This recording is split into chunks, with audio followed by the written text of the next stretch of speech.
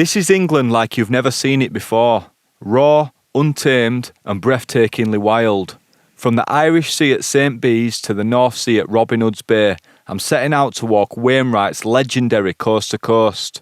Over 190 miles of mountains, moors, valleys and villages, all on foot and all with everything I need on my back.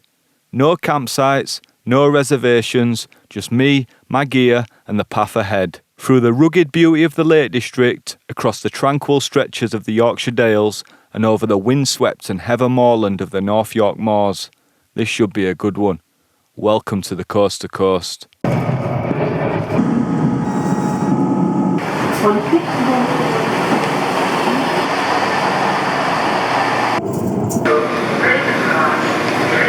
One more train to get. The next station stop is St Bees.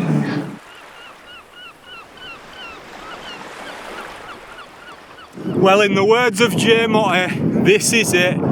This is the big one. Yo. Wainwright's coast to coast. 192 miles from St Bees to Robin Hood's Bay. What a view, man, straight from the off.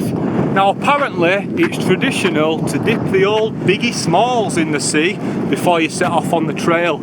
But I've just settled for the feet. I've also grabbed my centre pebble, which I will be carrying all the way across and throwing in the opposite coast. Now my pebble is in memory of a good friend, Buckley, who sadly passed away last week at the young age of 42. So this one's for you, brother. Rest in peace. It just dawned on me that this is my first time actually hiking along the coast of England. Any coast for that matter. Blessed with the insane sunny conditions, I put one foot in front of the other to begin what I can only imagine to be my most demanding trail to date. 192 miles to go. Let's have it. Look at these lot all lounging in the shade. You don't have to move on my account. You chill there, man. I'll take a wide berth. So with this guy out on his own, he must smell. Come on fella, join your mates. I completely forgot it was school holidays. St Bees were absolutely ramo on that coast. But I suppose with weather like this, that's the place to be. I'm starting to think already that I've picked the wrong colour to wear because I am being harassed by bees and wasps.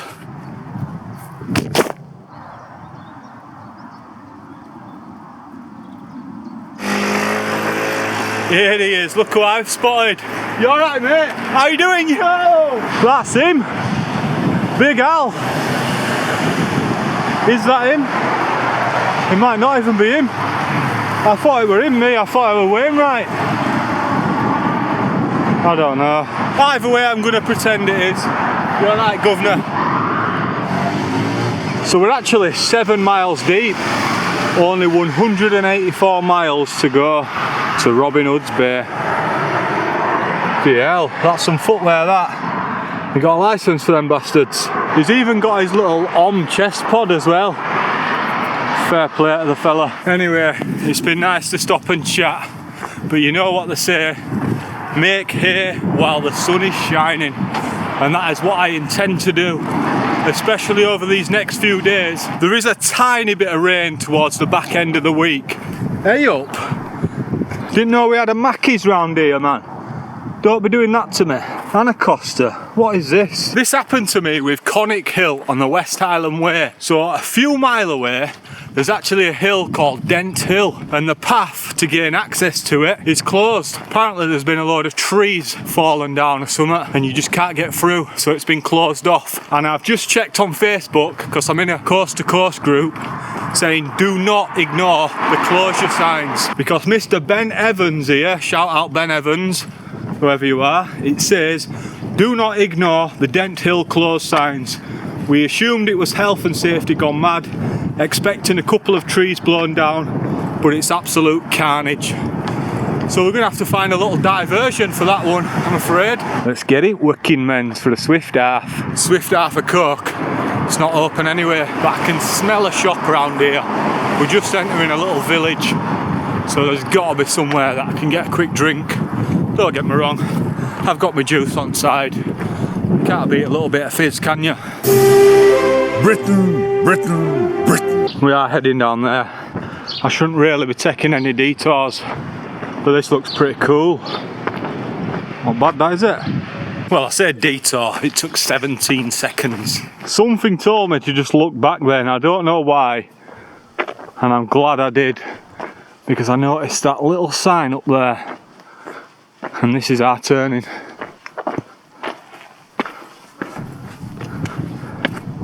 And what a turning that was, because I have just got first glances of what I presume is the Lake District Mountains. Here, guess what?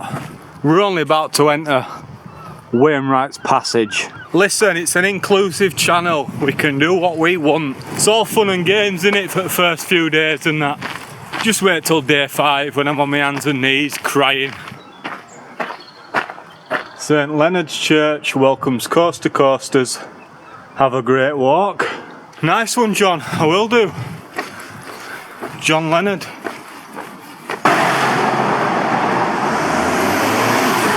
Now, according to my map, there was supposed to be a shop there. I hope that's not a sign of things to come. Oh, I just felt sick then when I seen that. Britain, Britain, Britain. So I plotted out a little diversion route so I can bypass Dent Hill, and I'm just heading up Trumpet Road.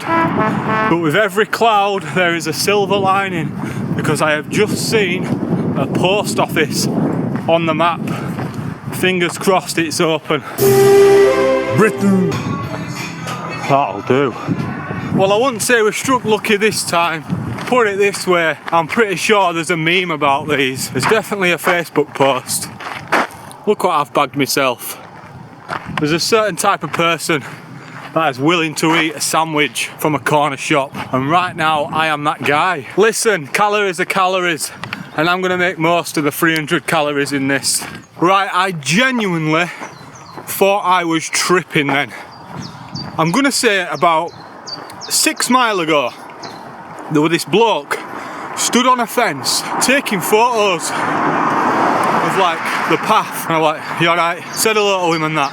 This was a couple hours ago. I've been hiking and hiking, and I was just munching my sarnie, leisurely walking along. I take a quick glance at left, and I just see this fella stood there taking photos, and I'm like, did I not see you? And he goes, Yeah. How come you came this way? and I'm like, oh, the path up Dent is closed. And he was like, Oh, yeah, true. well, his job today is to drive about and take photos of where the new coast to coast signs are going to be.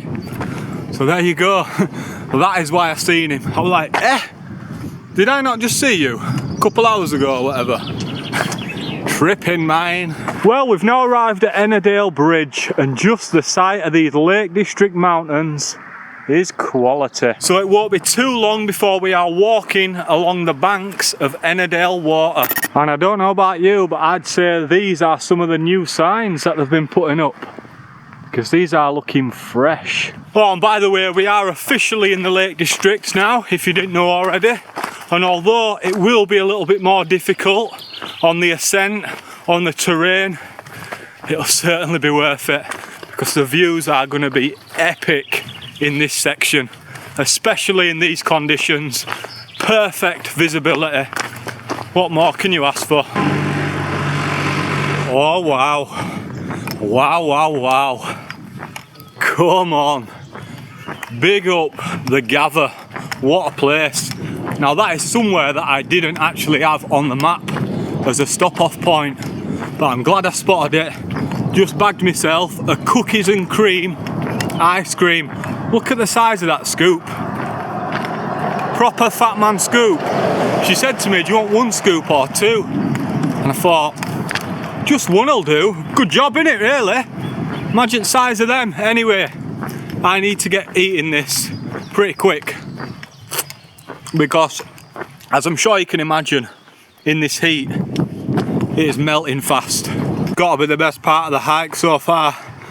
It's a bit messy, but lovely.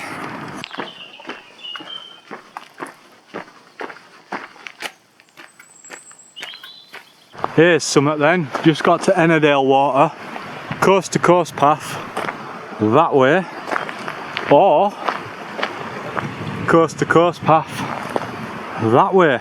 We got options round here, mate, so I'm going to go to the right because that's what's on my map, but I guess you can go either side, which is good to know. I can safely say I have never been to Ennerdale, and this is actually stunning. At least I don't think I have anyway. I've certainly not walked alongside Ennerdale water, I know that for a fact, so this will be a first. I can now see the rugged, rocky terrain and prominent fells of the Lake District National Park, home to England's highest mountains, the place where I've done most of my hiking to date. For me, this is where the challenge of the coast to coast really begins. It's this sort of terrain that's a lot more wearing on the feet, and you certainly feel the miles. But I'm not gonna lie, I feel like I am in my element now. Really into the groove. I know it's early on, man, it's early days. Steady on, son.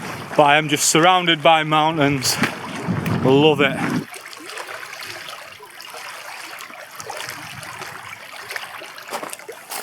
Remember, as good as it is to crunch out the miles, you do have to stop every now and then to just soak it in. What a day. What a day. What a day. Nice to be in that shade, let me tell you.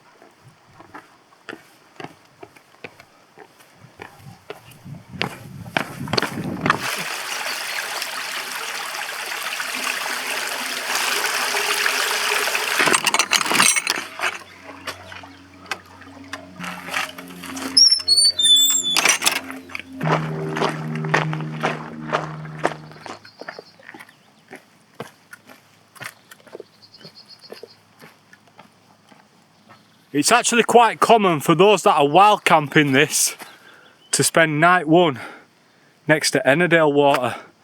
And I am tempted, but it's not even 4 o'clock yet. So it's a little bit early to be pitching up this low down. If I were up on one at Fells, I wouldn't be too bothered. But because there might be still a lot of people walking around this on a nice evening stroll, I'm going to carry on for a little bit. Although some bumperclart has clearly pitched up here before. And unfortunately, they've had a fire which has scalded the ground. Don't be doing that in places like this, guys. You don't need a fire. It is a nice pitch though, so you can see why someone's camped here. So I think what I'm going to do, I'm going to take my pack off and have my first proper little break where I actually sit down for 10 minutes or so. Oh. That is nice. Yeah, I'm gonna get off my feet. Might even take my trainers off for a little bit.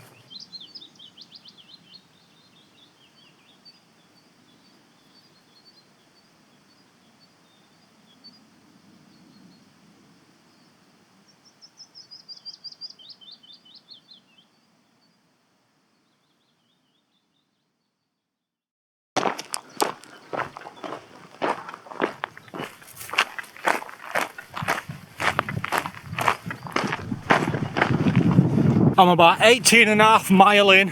I have just finished the Ennerdale water section and we are just heading down the Ennerdale Valley. One thing I didn't even consider was midges, and there were quite a few kicking about by that water. I'm hoping they're not going to be out in full force, and it is just because we were by the water. I thought I'd timed this so we'd beaten mid-season, but I guess you never know. But my sweet lord, look what we are looking at. What a stunning view.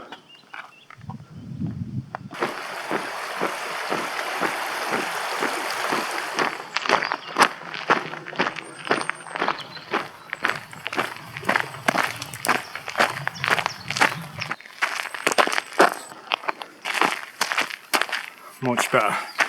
Yo, yo, yo! That fat old lump is pillar. A Wainwright that I am yet to do. And one that I can guarantee I won't be doing today.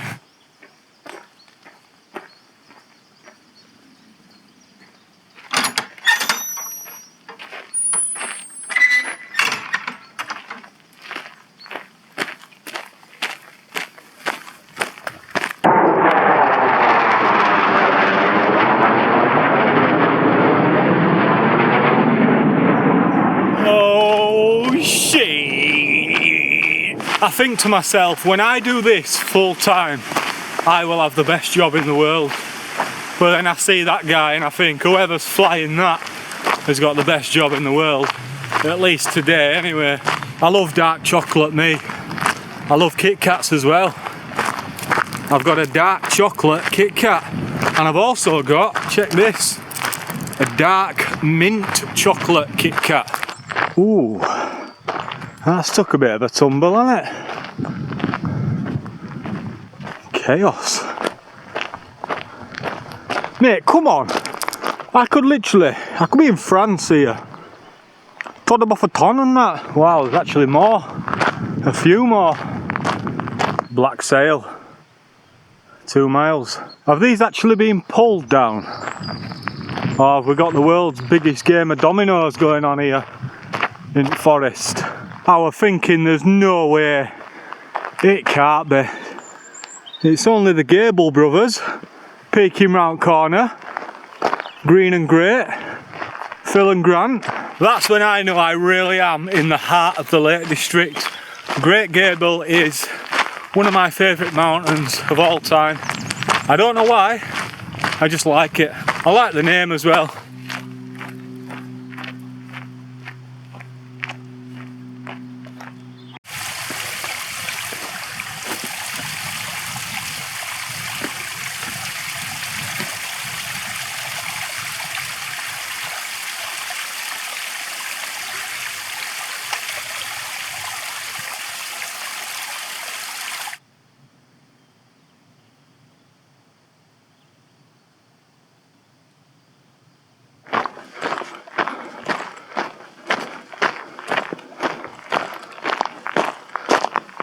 So I've just passed YHA Black Sail.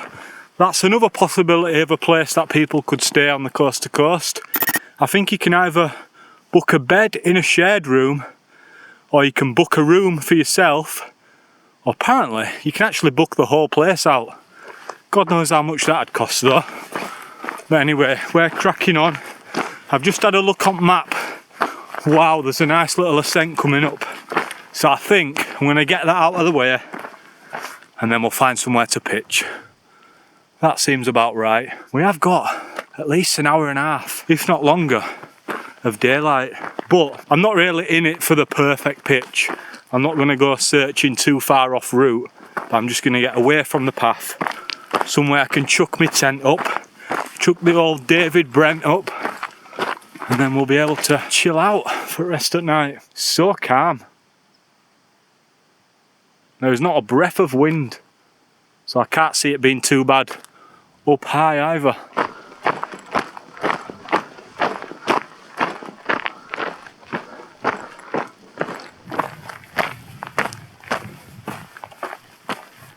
What an insanely good view of Great Gable there.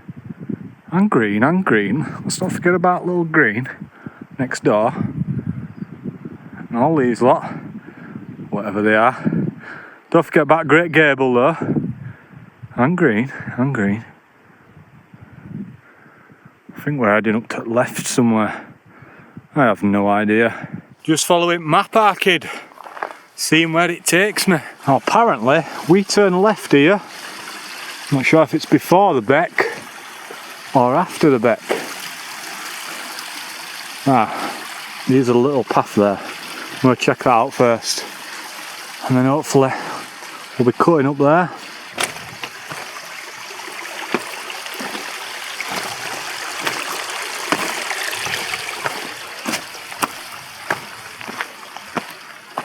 Where is it?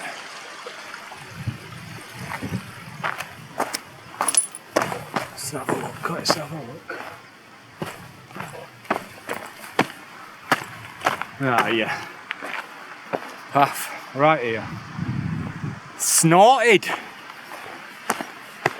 Whoa. She's a steep one.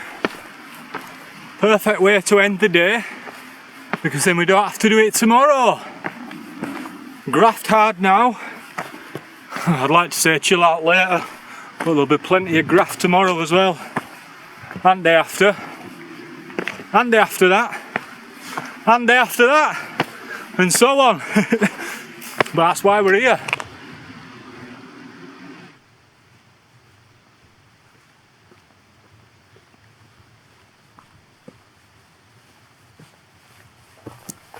What the hell is that there? Can you see it? Get a little zoom on that in edit, boss. Have a look. Looks like bloody something Luke Skywalker be knocking about in.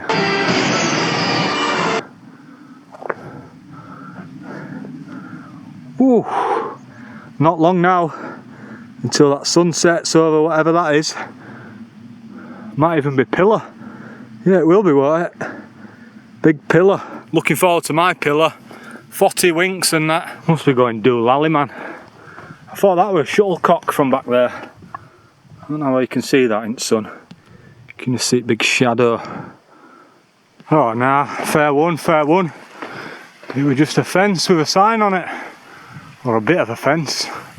Not much of a fence. Never mind any of that. Caution, upland footpath repair work in progress due to subsidence of path into beck. Please follow diversion. What bloody diversion?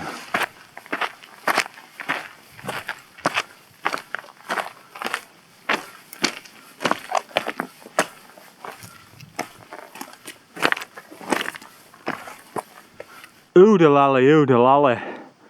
Golly, what a view. Yeah, boy! Absolutely buzzing with the progress made today. Still got a little bit to do yet. I'm going to get to the top of this little hill and I'm going to see what the view's like. Sunset, that direction. So sunrise, that direction. I'm going to prioritise a sunset because I know we're guaranteed one of them, especially with these conditions. But depending what time we're up and about in the morning, we might not see the sunrise, at least from the tent anyway. We'll see. Let's not think about tomorrow until today's over and done with. I wondered where I put my hat and it's on top of my hood, very loosely, like a right pillock. It's too hot for the hat, but I need the hood, otherwise I'll burn my brain. Well, I am more or less at the top right now. So this is the gate to my resting area. I'm going to go up there somewhere and hopefully we can find somewhere flat. Well, whoever my man is down there, man's got himself a Hillyberg. Is that a Stiker or an Alak? He's got himself a good view. And that tent blends in well nice. I presume he's just out for a night or two, because fair play if you carting big hilly around on coast to coast. But anyway, I'm going to follow a good wild camping code and get completely out of his view, so he can't see me and I can't see him. That's the best way, and I think this spot should just about do it. Obviously I might be able to see him if I go forward, but while my tent's pitched I won't be able to see him. So yeah, I think we'll go here, right here. What a spot. Check the ground for rocks first. Dirty little rock there, so maybe not here. Try this one.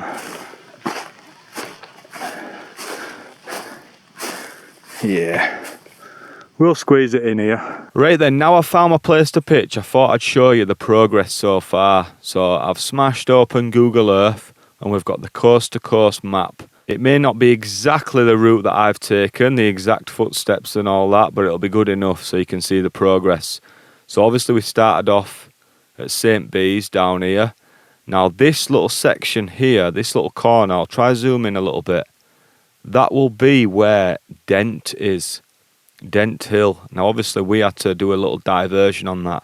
So we probably went sort of across there like that and cut out Dent in the middle.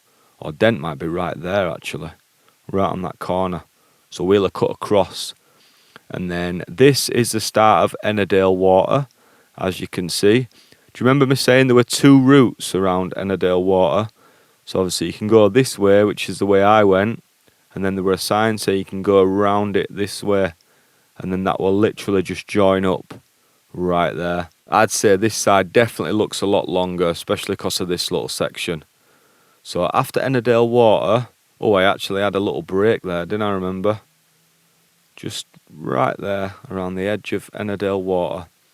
And then we carried on, steaming up through this little track. This is when I got my first little view of Great and Green Gable in the distance, which are down here. Look, Great Gable. Where's Green? Poor Green. Gets missed out, man. Green Gable's there anyway. It's alright, Green Gable. But anyway, then you carry on along this little mountain track. This is where I seen all those fallen trees and that. And then at some point we should get to be able to see, where is it? The youth hostel. YHA Black Sail. There it is. Spotted it. So that's YHA Black Sail. We're then carried on until we meet this beck, which is right here. And then this is where we turn left after the beck. And this, to be fair, it's a nice little climb, especially at the end of the day, after you've hiked plenty of miles. So we went all the way up here, kept going, turned right, and then we should find a little gate, which I'm guessing is right there. That'll be that little gate that we went through. And then it's not long after that gate that I found somewhere to pitch. There's a little rocky outcrop just to the right of the path. And I reckon I am somewhere around here. Let's get a little 3D map on go. And if we tilt it, we should see Buttermere in the distance. There we are. That is exactly where I am. So we've got High Style on left, Grassmore on right, and I am more than happy with that pitch for night 1. Great Gable in distance, Great End, Bowfell, all that lot, all big boys and that, you know what I'm saying? Scarfell Pike, don't get bigger than that round here, John. Anyway, so that is day 1. So we are about there. So let's zoom out. So we've only done about this much of the trail so far. I think it's like 20 something miles. So as you can see, we are not even halfway through the Lake District. So there is plenty more to do. But anyway, I just thought I'd give you a little idea of whereabouts we are, just so you know. And then in comparison to the entirety of the United Kingdom, that is the stretch we're going across. Anyway, back to the video. Mate, come on. For night 1, I reckon this pitch is going to take some topping. Right, let's give it a quick one. And boom, there we have it. What a pitch. What an epic pitch. So there we are, all pitched up in the Bonfuss Duos 2P.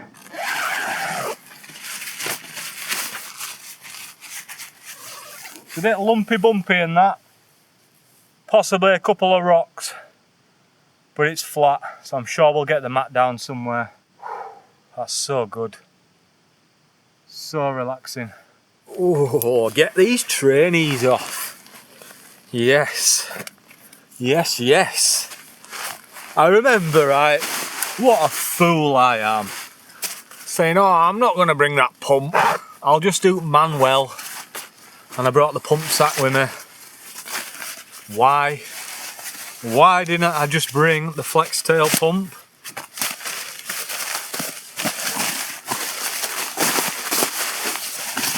So if you don't know how these work, which I'm sure you do, but just in case,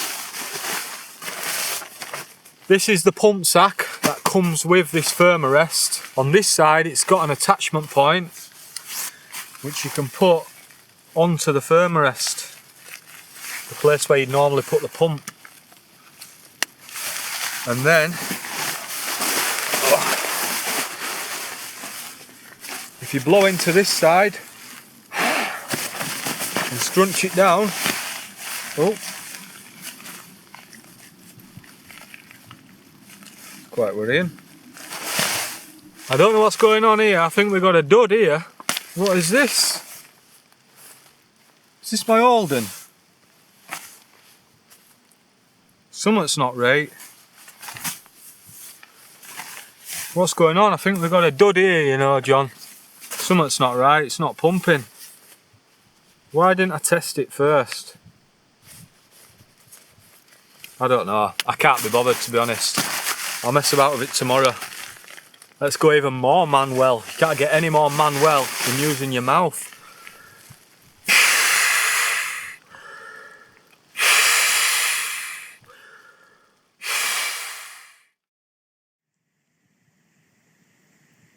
Could I have actually wished for a better pitch on night one? I don't think I could. So calm. Bearing in mind, this little clip right now is being filmed with the iPhone, which are terrible for wind. And there's not a breath.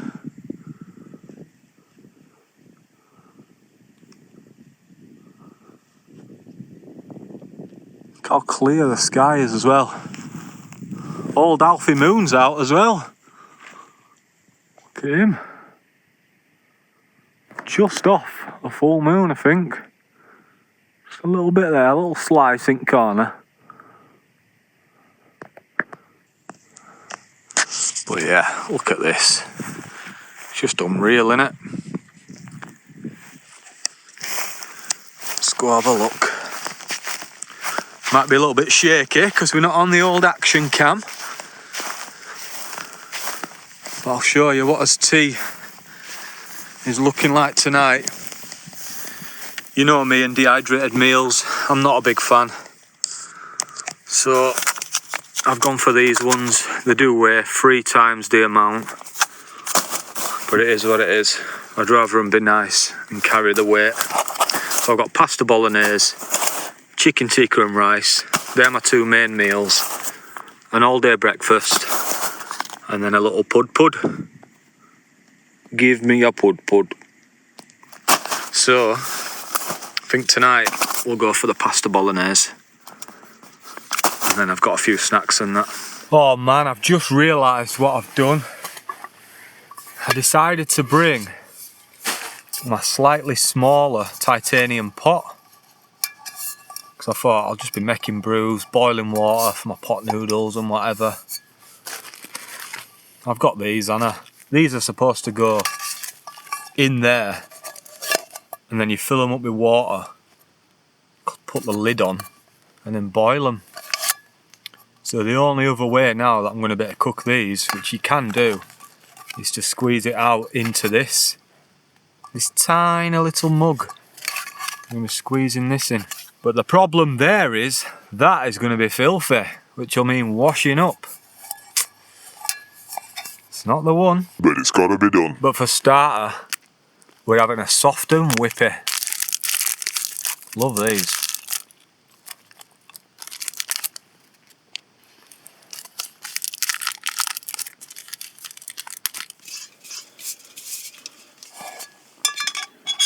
Gonna add a tiny little bit of water in the bottom.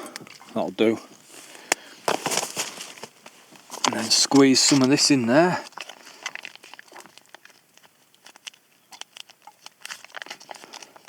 At least it'll cook a lot quicker this way anyway than boiling it. That's if I don't tip it over. It's a bit hard with one hand, this. Sometimes you just got to improvise, haven't you? The last thing I want to do is set my trainers on fire. But they are now part of the kitchen. Whoa. Oh, what is going on? Whoa! Proper little turbo vessel, innit? This is gonna be weird, this. Such a small pan, which is what it is now. Going to be some constant stirring. Say that for no.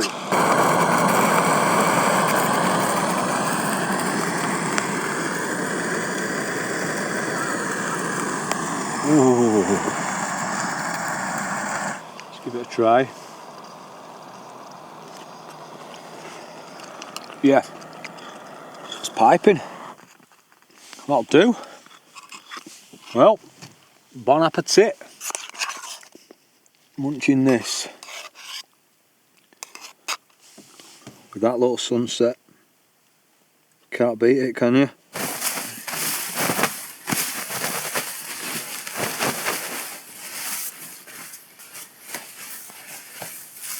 It feels so calm out there. I feel like I've got to talk quiet. It just feels right. Do you know what I mean? So I've been looking at the ye old stats and I've been checking out the map. We are 24 miles in so far. So we've got a hell of a long way to go. Tomorrow's day is looking up and down, up and down, up and down. Don't know if I'll do the same amount of mileage that I've done today, tomorrow.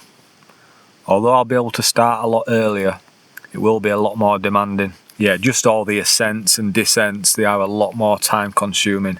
But I am more than happy with the progress made so far. Let's have a look at the old health app. So I've actually done 26.1 mile, but I reckon obviously that is just mooching about train stations and that, and going back for camera and all that stuff. So there's always a couple mile added on. So that's a marathon, day one marathon. I've burned 2,700 calories, active energy, 1,566 calories resting energy. Do the maths on that. And I've done 46,000 steps. That'll do, won't it? That will do. Every step is a step closer. And on that note, I'm going to chill out now. I ain't even taken my socks off yet. I've taken one pair off, but not these off. So I'm going to take these off. I'm going to raise my feet. I'm going to watch something a bit on phone. And I'll catch you lot in a bit.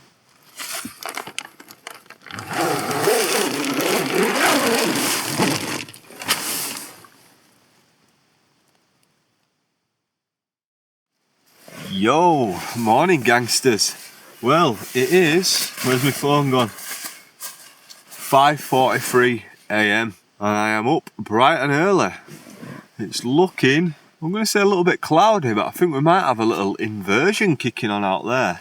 Anyway, it's time for some brekkie.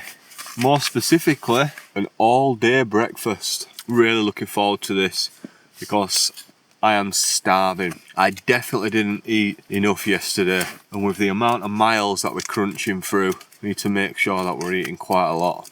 Most of yesterday were fueled on a bloody tuna butty from Bossman at shop, so I definitely need to be eating more today.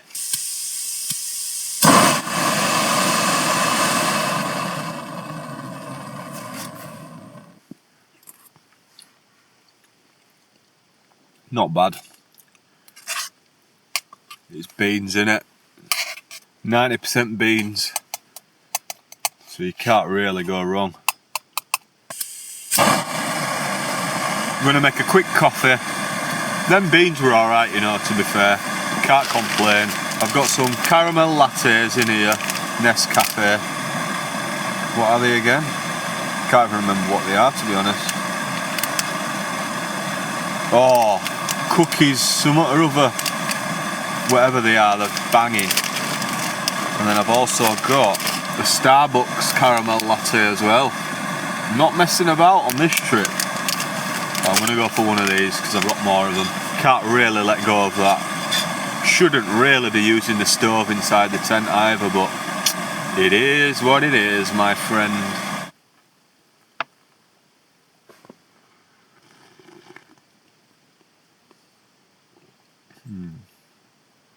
So at the start of every day I'm popping an electrolyte in my water, as well as a little squirt of this dilute pop just to give it a bit more flavour and that.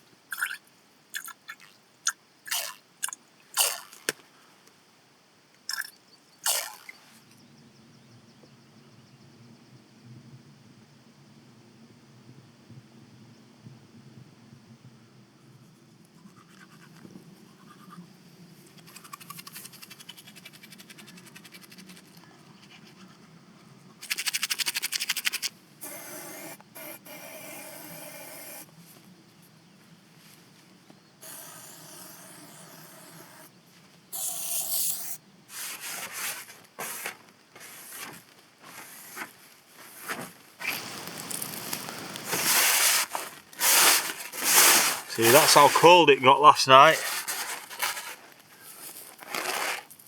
Got all that pure ice all over the tent.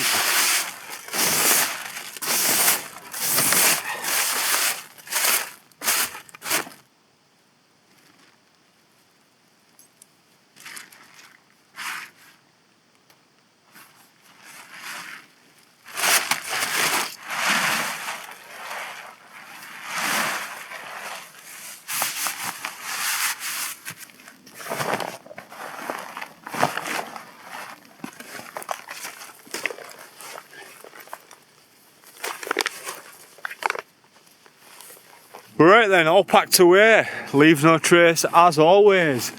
Day 2 on the West Island Way. Day 2 on Wainwright's coast to coast. Now we just need to find this path.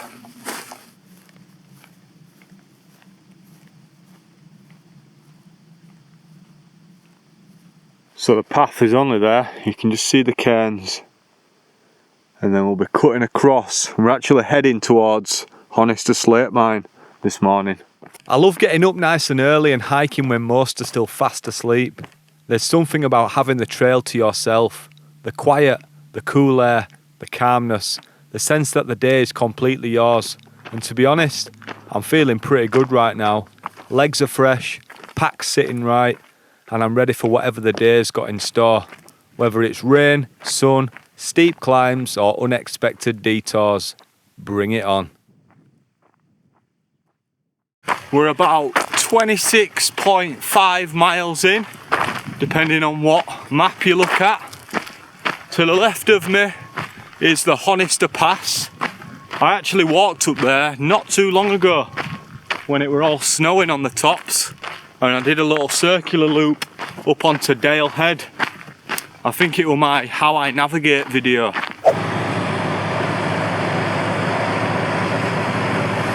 So we've just got to Honister Slate Mine, and it's actually England's last fully working slate mine. So if you want some signs knocked up and that, they can sort you out. They do loads of sort of activities here as well, tours, and there is actually a cafe as well. But unfortunately, it's 10 to 8 and it doesn't open until 8:30, so I'm not hanging about. Just look at all the layers in the landscape.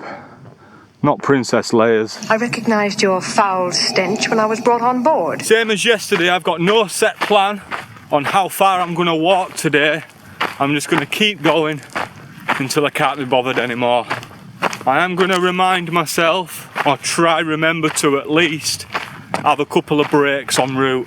To be fair, judging by some of the hills that we're going to be tackling, I won't need reminding to have breaks. I'll be begging for some breaks. And I need to make sure I'm eating more as well. That is essential, because I am burning through calories like no man's business. And then hopefully towards the back end of the day, we'll find somewhere decent to pitch. I do need signal tonight. I know that shouldn't be a priority on a hike like this, but I've got a game that I am watching. I'm not missing that for anything. So I am going to have that in mind as well. So if we're at a place where there's signal and there's a decent pitch and it's still quite early, then I might be making most of that and calling it an early finish for today's hiking. But we'll see how we get on. Plenty of time yet. It's just gone 8:10, so once we get to the bottom of here, or at least I think it's the bottom, we will be at Sea Toller, and then we just carry on for a little bit further and we'll get to Borrowdale.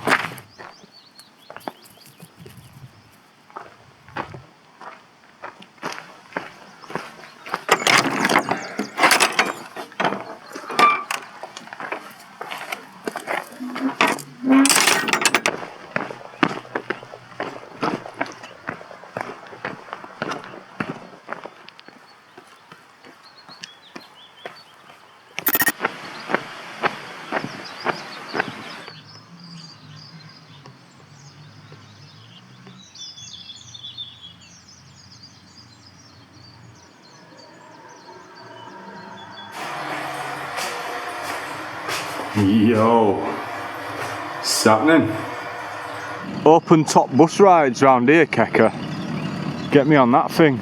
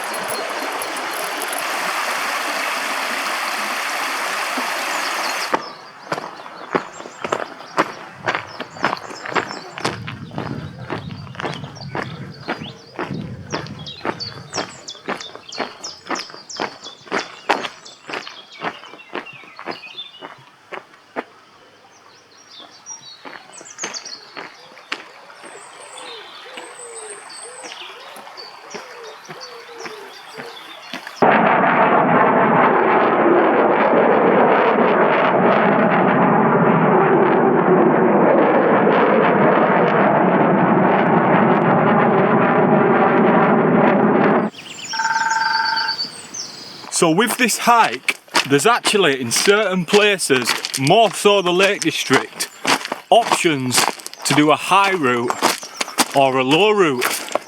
Now the plan for me from the off was to only take the high route if it's a route that I've not done before. In other words, if there's some Wainwrights that I can bag on the high route, we're doing the high route. But because this is like a 192 mile hike, there's no point me doing the high routes that I've already done, if that makes sense. So I'm not saying there's no point, but I'm just not gonna. It's just extra work for something that I've already done. Whoa! Like I know there's an option where you can do St Sunday Crag. I only did St Sunday Crag less than 6 months ago. In fact, the full route that is on the high route I've done for St Sunday Crag anyway. Same again, I know there's an option to do haystacks back there. I've already done haystacks. Some people even do Helvellyn. I've done Helvellyn 4 or 5 times, whatever, so there'd just be no point.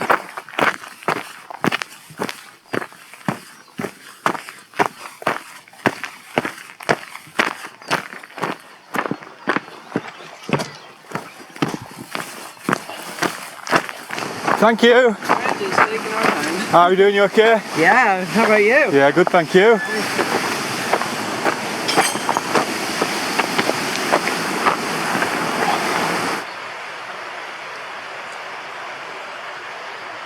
We've got the next big ascent to do now, so I'm going to take this Senchi off and I'm going to get out today's secret weapon.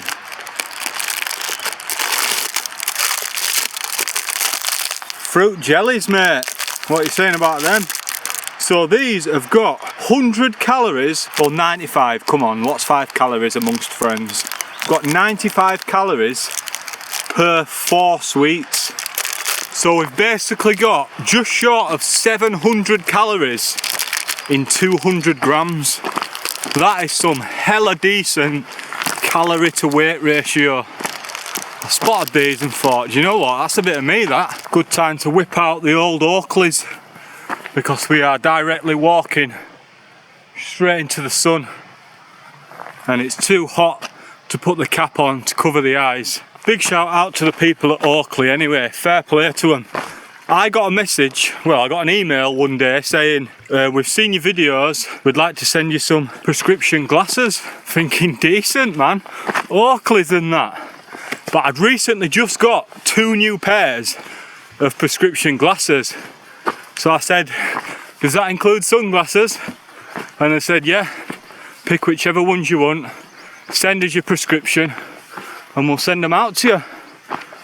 And I was like, cool, what do you want in return? and they said nothing, no plug. This were last year, about, I don't know, probably nearly a year ago or something. And I'm like, fair play, man, as if buzzing, because I'm not in a position to be able to buy expensive sunglasses, man. That's a luxury right there. So big up Oakley. Look at that. Nice little waterfall. Bit of a plunge pool and that. Stunning view down that valley.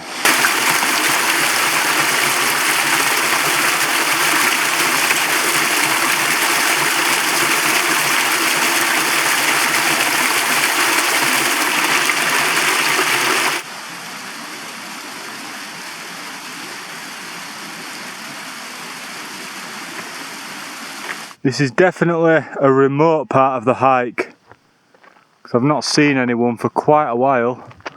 I just seen a little head pop up then. Alright mate. Oh, he's gone. I think we've still got to go up there yet. Looking on the map, it appears that there is 4 big peaks in the Lake District on this hike. We did the first one yesterday, just before we pitched up. And we've just done, or we're just about to complete the second one. Not quite sure what the third one is, but I know the fourth one is Kidsty Pike, and that is the highest point, not just in the Lake District, but on the entire coast to coast.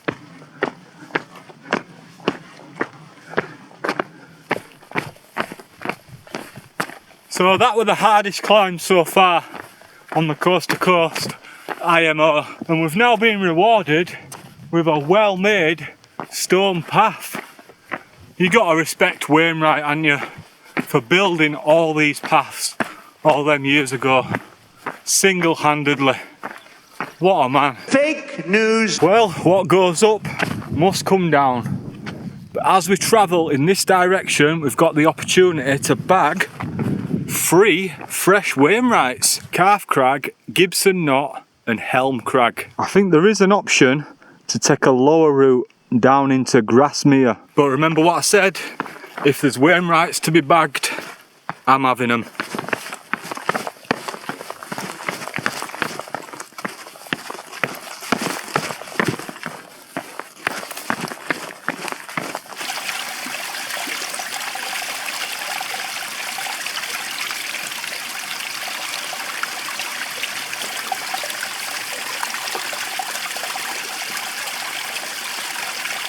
Weird, innit, when you just see piles of shit a few centimetres away from where you've just grabbed your water. Oh dear. Tell you what though, that path looks beautiful from here. I think as of this year, Wainwright's Coast to Coast has actually been made an official trail. So I wonder if in years to come, is it going to be a lot busier, like the West Island Way? Surely it will be. Which is why they're doing so many repairs on the paths and putting up extra signs and all that stuff. But there's just nobody about. It's so quiet. I've seen the odd few people, but I don't think they're doing the coast to coast. Obviously that's good. I'm loving it. Less people the better for me, just while I'm on the trail and that. I know it's good to get people outdoors and that, but still, quieter the better. Suits me fine. But the thing is, it is quite early in the year for people to be doing multi-day hikes. Usually people leave it till May, maybe back end of April. This has been filmed early April, because even now we've got plenty of daylight hours for hiking. It's not been getting dark until like, I don't know, I think it's 5 to 8 sunset, something like that. And it's pre-midge season, which is always a bonus. And this is that lovely path that I could see, because I can imagine this area being terrible to navigate before. Oh, and I decided I was going to do this trail in like February or something. It might have even been end of January when I booked my train. So obviously I had no idea what the weather was going to be like. And come on! Perfect. Perfect hiking conditions. A little bit too warm at times. I'm sweating. I can't complain. As long as that rain stays away, I'm happy. I've had enough of that rain with that Cadair Idris camp last week.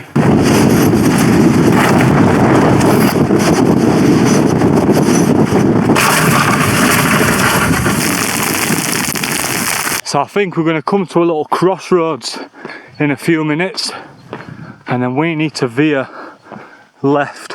There we are, look. So you can go down straight into Grasmere, or you can go up, do those 3 Wainwrights, and then drop down back into Grasmere, I'm guessing. So both routes end up at the same place eventually, obviously, but it just means we can bag these Wainwrights. Big Al. This little ledge is just asking to be stood on. Oh man, soak it in. The coast to coast, eating taters and toast. Coast to coast with taters and toast. What an area, man. Nice little town over there. And here I can see a group of people now coming along this path. So I presume we're heading up there. Oh, oh. Can hear some jets. Oh, it'd have been nice if they'd have come this way. So that's where we're heading, to bag the first fresh Wainwright of the trail. And we're not doing bad for time, to be fair. I've done 9.7 miles today, 20,000 steps, and it's only 11:30. That's roughly about the time I set off yesterday, I think. I'm not sure, to be honest.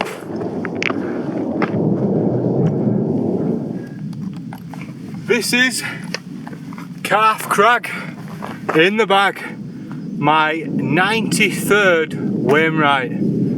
Plenty more to do, but it's another one ticked off the list. There is some beautiful places to pitch around here.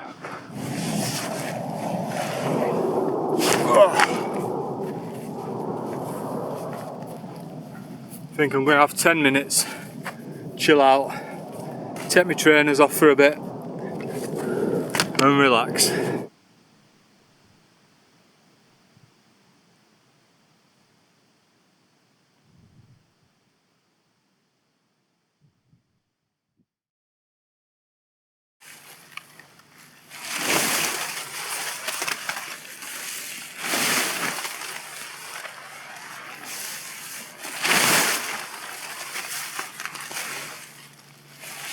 That was actually my first break of the day, and I spent a good half hour chilling there.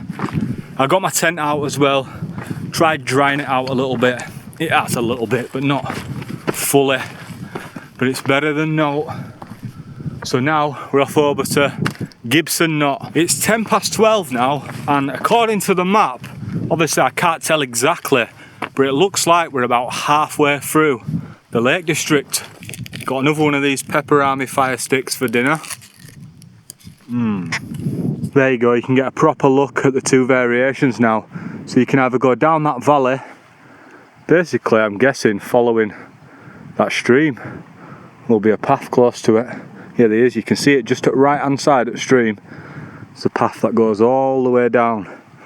What we've done, we've gone up there onto that one, and then we've got a second little lump there, and then a third lump there, and I'm guessing we'll just drop straight down and meet up with this path. I think that's Grasmere, that area.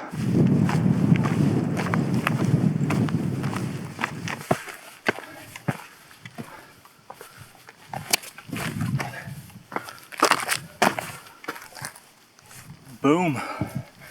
So this is the summit of Gibson Knot, and what a view that is. Whoa. My 94th Wainwright. Let's get up to the next one. And we are now at the summit of Helm Crag, Wainwright 95 of 214. Let's crack on.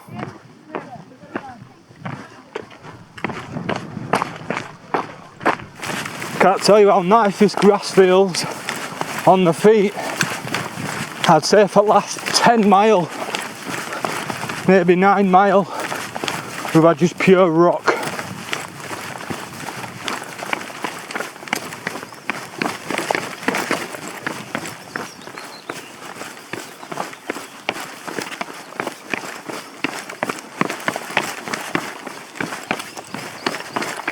We're now down from bagging those 3 and it is 1 mile to Grasmere. This space is for fire and mountain rescue vehicles only.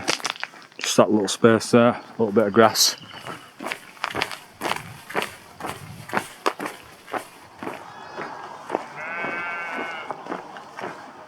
I didn't end up actually going to Grasmere village, but I've been walking along this tarmacked road. I am on the coast to coast path. I just didn't go to the village.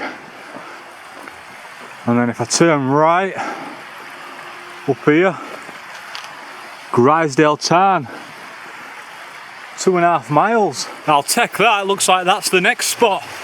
And then I'll be able to top up on water as well. So I've only got a little bit inside of my pack.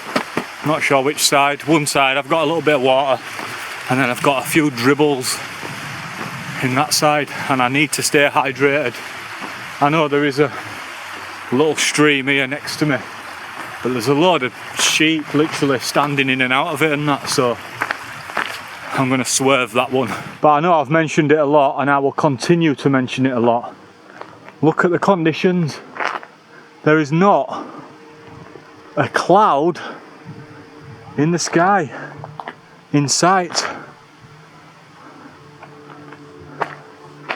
I very rarely get weather like this when I'm out hiking, so I'd say I accidentally timed this perfect. Right, got to take it steady on here. I'm just crossing the A591, which I've drove on here a few times. Because over in that direction is Firlmere. What a trail this is, man. I am in my element. Loving life right about now. So just behind me you can see the fat old lump that we've just come down, and now we're heading straight back up again. Remember when I said there were 4 main ascents? Obviously there's loads of little up and down ascents on the coast to coast in the Lake District, but there's like 4 main ones. We're now heading up the 3rd one.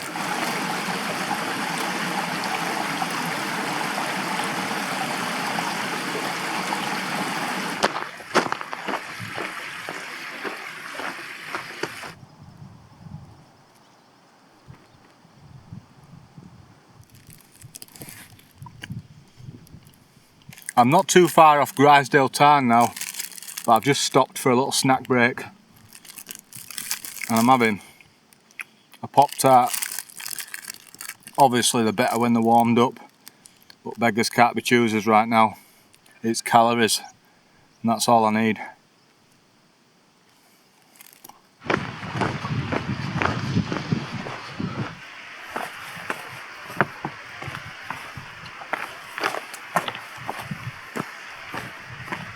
See where that geyser is there?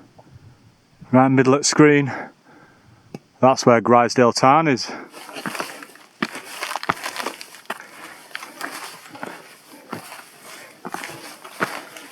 Will this be Grisdale Tarn? Oh yes. Yes it is. Get in, my son. Well then, we are approximately 40 miles into the hike so far. Whoa, nearly tripped up. And I've actually camped at Grisdale Tarn before. Behind me is Seat Sandal. I've done that. We've got Dollywagon Pike over there. I've done that. There's a dirty little path up that. It's awful. I remember doing it once, man. Nearly ended me. And then just behind me, which you can't really see, you might be able to see it in distance, is Fairfield. I've done that as well. I remember once I were on a route and I came down Fairfield, went up Seat Sandal. The wind was just too crazy. It was when I first started, like 6 months into camping or something. One of the first times that I'd been to the Lake District on my own. And then I remember coming down here and camping near Grisdale Tarn. Proper wobbly pitch and that, wonky. As I was on my way up here, I was thinking to myself, I'm going to end up pitching at Grisdale Tarn. But now I'm here, I've checked the time, it's 5 to 4. We might as well just crack on, haven't we? Get a sense down to Patterdale and then we'll take it from there. See what time we get there. We might even bash on towards Angle Tarn. Who knows? The day's still young. But remember, I do need signal tonight. So once it gets to like 6:30, 7 o'clock, I'm definitely going to be looking for somewhere to pitch.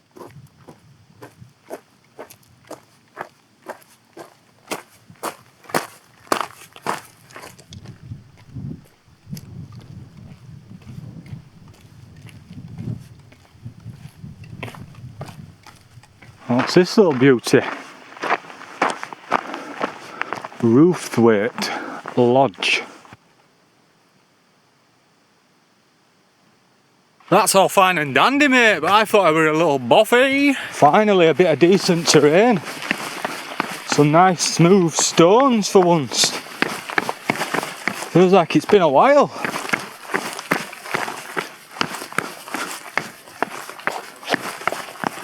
Let's get down this valley.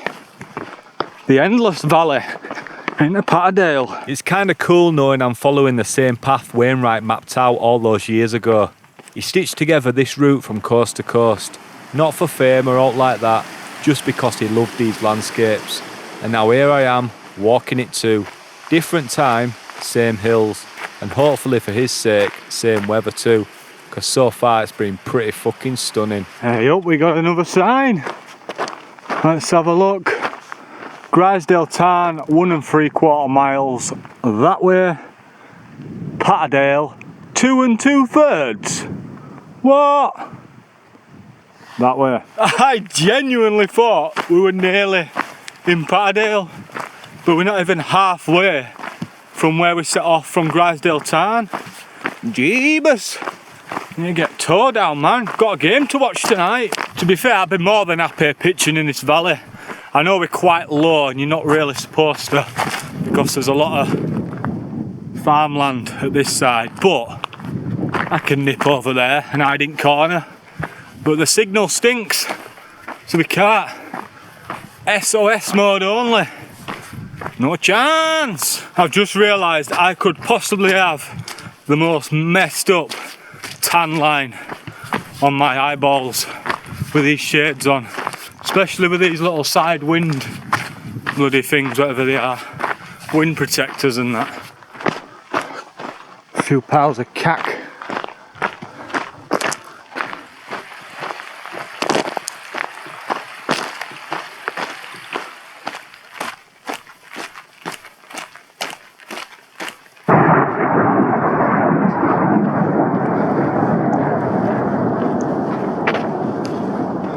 Here they go again, out having fun, flying about. I say having fun, they could be training for all sorts, but I guess you never know these days. But whatever they're doing, it looks fun. Oh, there's another one, look how low that was. Lower than trees then. Just gives me a little lift whenever I see them.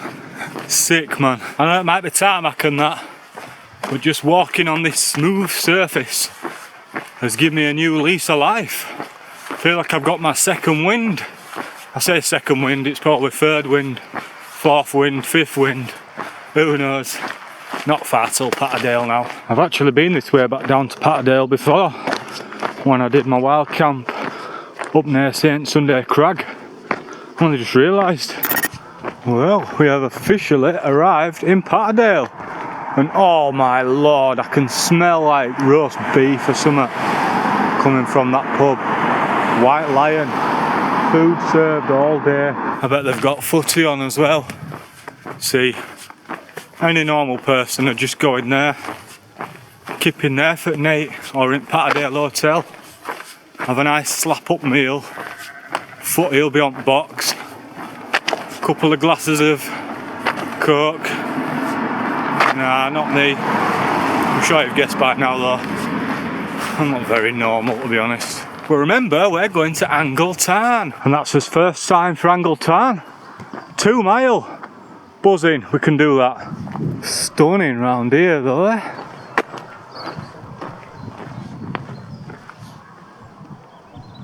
Class. It's 10 to 6 now, so I'd say we timed that not half bad. Don't get me wrong though, it is a bit of a climb up to Angle Tarn.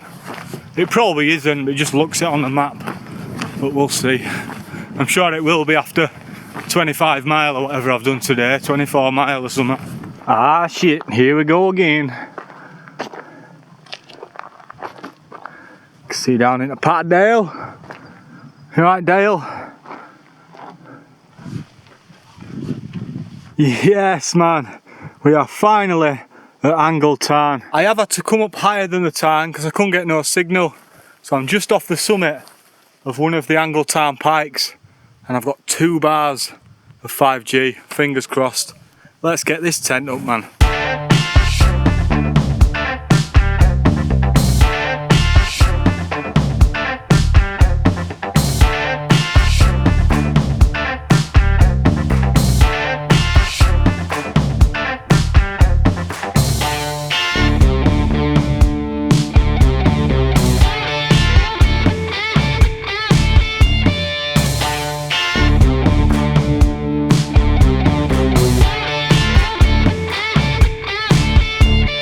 Coast to coast with taters and toast. And there we are, my good people, all pitched up in the Bonfuss Duos 2P above Angle Tarn.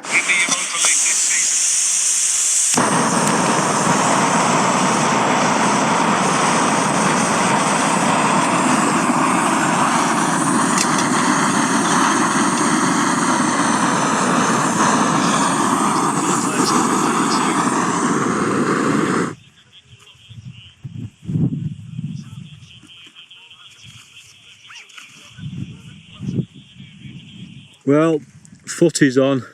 I've got signal, albeit outside the tent. Mad, innit? 2 bars of 5G here, nada in the tent. But I don't mind that.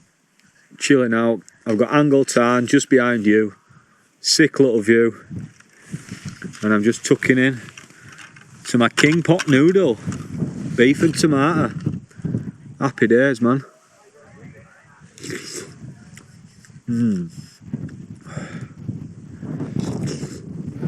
Right then, legends, I'm not sure how well you'll be able to see me, if at all.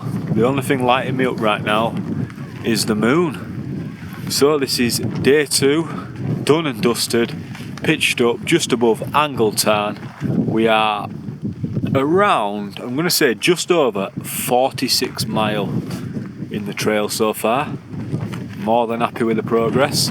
Tomorrow we'll be leaving the Lake District and entering the Yorkshire Dales. As you might be able to hear, that wind's gone up a little bit, but at least it'll stop the condensation inside the tent, although it is a bit chilly. Right, anyway, I'm going to get some sleep and I'll see you lot in a bit. Right then, people, we are back in Google Earth, so I thought I'll give you another little overview so you can see where we're at. So first we'll find where we got to yesterday. So let's crack on it. I know it was just before the Honister Slate Mine. There we are, look. So we're in this little rocky outcrop, and then we hiked down towards Honister Slate Mine, checked that place out. We cracked on all the way down to Seatoller. Once I was in Seatoller, I actually found public toilets. So that was good to find. You know what it's like on trail and that. I managed to wash my face and that as well while I was down there. So I cracked on through here. It's round about this area where we found the little campsite. And I'm pretty sure that is it right there. So it's the YHA Borrowdale, where it called, I think. Makes sense, and so it's in Borrowdale. Once we got to this point, we were climbing up and out of this valley, up onto the tops, and we had some epic views, man. If I can just get that on 3D, I'll crack back down here. And if I spin you round, that's that little valley that we walked up. That was epic. I remember it getting a little bit gnarly at this point. I think I went off at path, to be honest. Just went a bit of a free-for-all up there. So once we were at this point, this is where we had the option to either go straight down this valley, which is what it wants you to do on this map, or you can go over the tops like that, right there. And that's what we decided to do. We managed to bag 3 Wainwrights along there, and then we sort of dropped down this path here. You can just sort of see that path there curling round. We dropped down there and then on down towards Grasmere. Now, just like on this map, You don't actually go to Grasmere village on the coast to coast, but obviously if you want to get some supplies or whatever, you can do, it's there. And then this is where we crossed that road. Remember when I said I've drove down this road a few times? That is because if you go further up, you can park here, and it's a good way to get up Helvellyn. There you are, look, bad boy Helvellyn there. So we carried on here, we're feeling good at this point. There's a nice little climb all the way up towards Grisdale Tarn. This beast, where you're surrounded by Fairfield, we've got St Sunday Crag, we've got Dollywagon Pike, all that tackle. But we carried on all the way down this valley.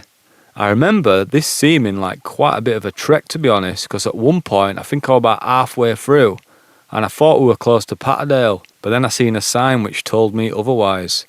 But we carried on anyway, straight down into Patterdale. Now this section is one that I've done before, from when I did St Sunday Crag, because I'd come down here and then I must have joined sort of the coast to coast path around here on this corner.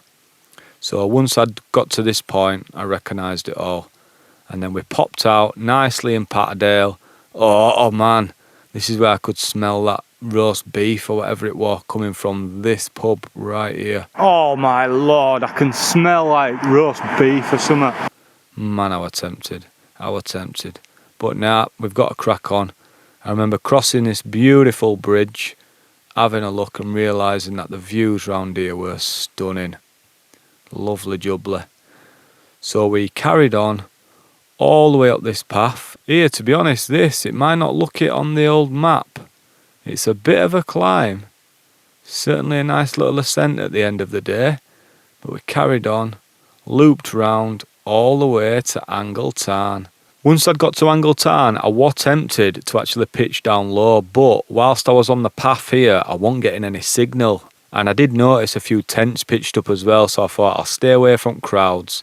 And then I went up onto Angle Tarn Pikes. Now I didn't actually go up a path, I just sort of went up the side there until I found a nice flat spot and with signal. And then if I spin it round, get a little zoom on that, then we are probably around here somewhere with that epic view of Angle Tarn. And then that just about wraps up today. So if we zoom out, we'll keep Angle Tarn as our reference point, right in the middle of the screen. Oh, we've gone backwards. And there we are. So I'd say we've probably got about a quarter of the Lake District left to do. So that means tomorrow we will be entering the Yorkshire Dales.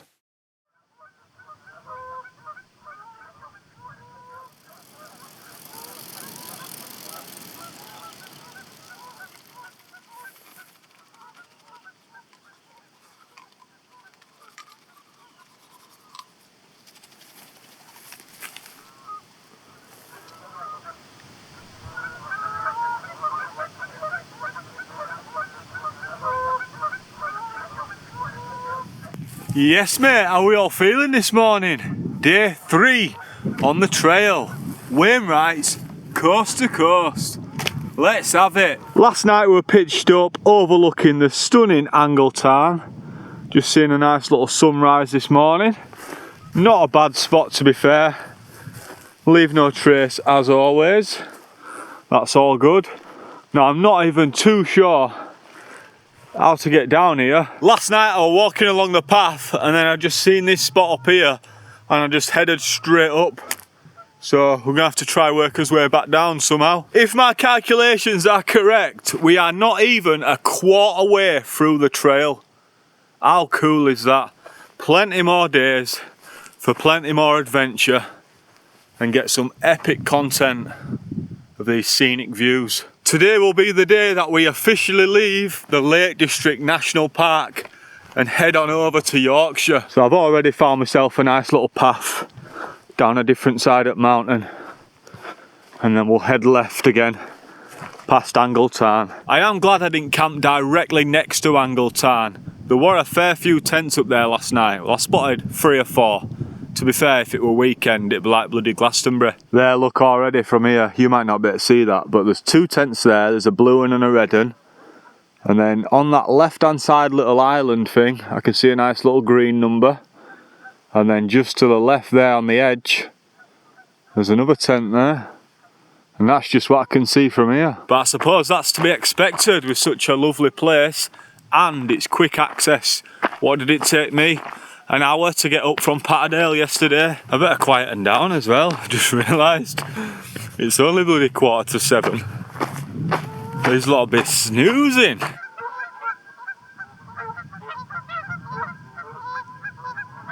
Then again, fat chance of getting a lion round here with all wildlife. Make a right racket. Oh, I've just spotted another tent. Spin you round. See that there? Just poking around that corner. I've met a couple of friends of the channel so far on this trip, and I finally got someone's name.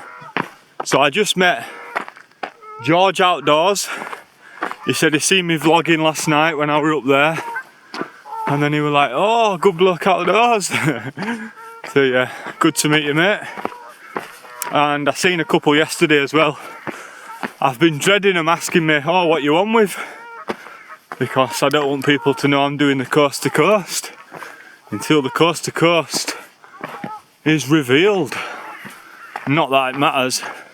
It's not a bloody Hollywood blockbuster, is it? But you know what I mean. To be fair, the first video from this series that'll have been released is the kit video where I show you everything that I've brought with me on this trip. Here's a view of Angletown from this side. I were camped up there, Angletown Pikes. I'm not even sure where I camped last time when I were here. So I've been here before. I think it were over that side somewhere. No idea. Next on the agenda then, we are heading up Kidsty Pike, which is the highest point of the coast to coast. Tell you what, I'm hungry now. I've had my breakfast already this morning. You'll never guess what I had. I decided to scran that salted caramel chocolate brownie by Wayfarer, but I had it cold. I just couldn't be arsed with the mess from squeezing it out into the pan or into the mug and then cleaning it up later. So I just ate it cold. You can eat them hot or cold, and it wasn't bad, to be fair. Do you know what I'm looking forward to most from today? Oh, I couldn't stop thinking about it last night. Today is a bit of a resupply day, really. Day 3. But guess what we're having? Guess what we're having for dinner? Fish and chips. Fish and chips. Fish and chips. Fish and chips. Yes, yes, fish and chips. Fish and chips. Chippy dinner on a Friday. It's the law, mate. Shop, shop, shop, shop, shop, shop, shop, shop.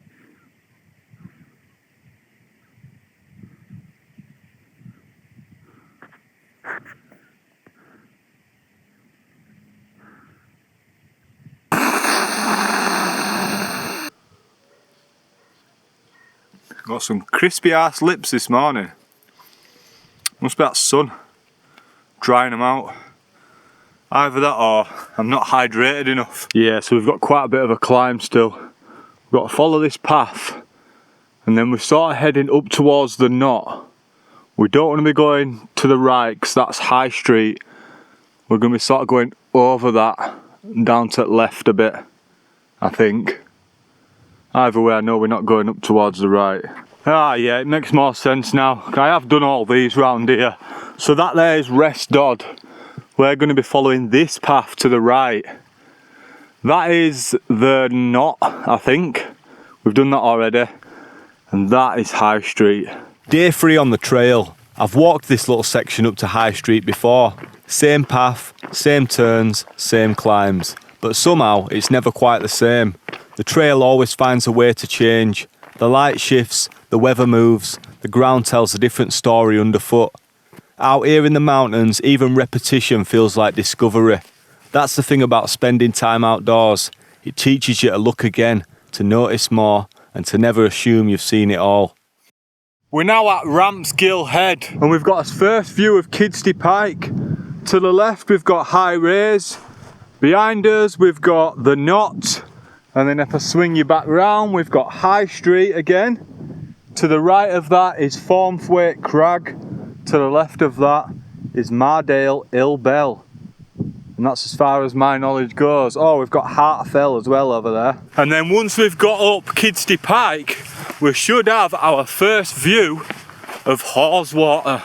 And that is probably where we are going to be spending the next couple hours, walking alongside that. If you look in distance, you can actually see cloud inversions all the way around. Lovely stuff. Look at that, man. As far as the eye can see, just pure bliss. Speaking of pure bliss, this grass is so nice to walk on. This entire area is just pure grass, which is spot on for the old trotters.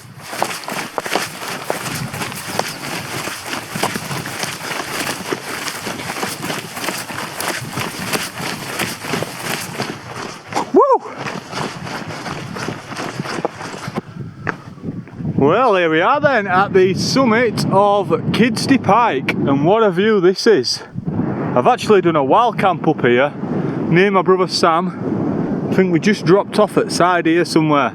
We'll probably see where we pitched once we head on down. I've done that route there all the way up to High Street before. Sick. Only gone and bagged tickets for next week's game, so yeah, I am a little bit behind schedule, but we've now got a deadline for when this trail needs to be done. Oh, I don't even want to think about it. I remember coming down here last year, I think it was last year, might have even been the year before. I were on a camp with my mate Sam, my brother Sam, and I were in solo, he were in Naturite Cloud Up 2. We had a sick little view over Haweswater, and in the middle of the night a storm kicked off and we woke up in the morning. We were getting battered. So we decided to get an early start and start hiking down. Man, the conditions were unreal. They couldn't be any more different to what it is today.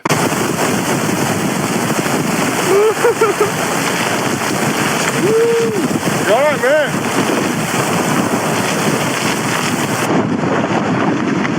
Windy, eh? Windy! Quite slow going down this section. Oh, guess what I've just found? A massive bag of rocks. Multiple bags of rocks.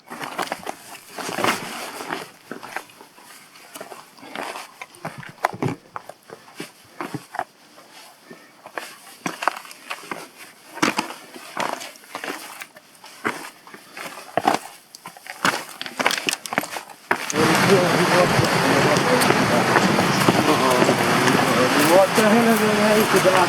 And we ain't gonna dump no more. What the hell of a waste to die? Nobody, what the hell of a waste to die? Nobody, what the hell of a waste to die? And we ain't gonna dump no more.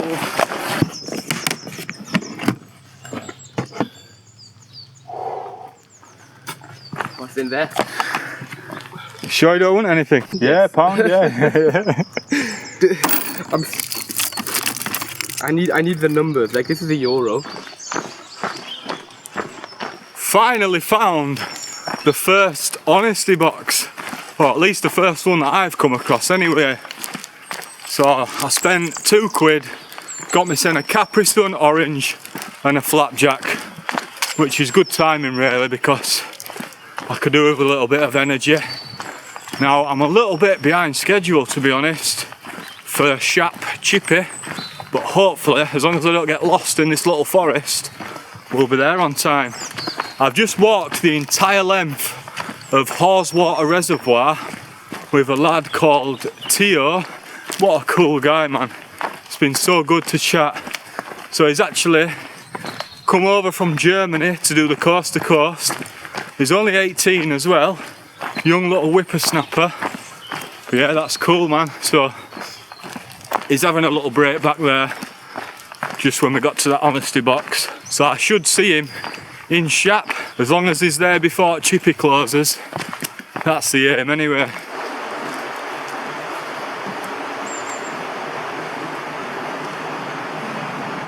What is this sketchy shit?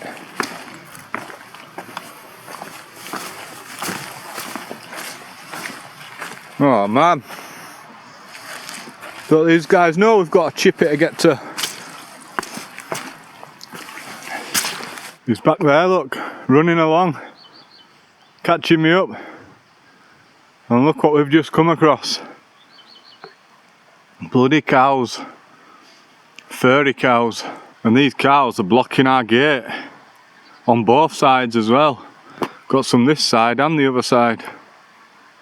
Might have to be over at wall jobby. Oh, are you sure we can get past that without scaring them up? That's what I mean. And then we've got to get in this side. Yeah, straight through. Calm.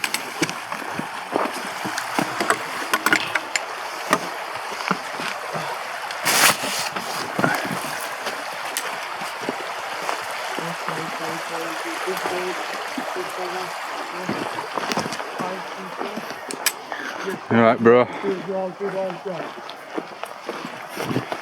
a big man, big scary monster. I like steak. I eat you and you feel scary after. Yeah, scary monster I am. Saying goodbye to the mountains of the Lake District as we enter the Yorkshire Dales, and this is when you can really get some mileage down. So much nicer on the feet as well. St Bees 56 miles, Robin Hood's Bay 126 miles.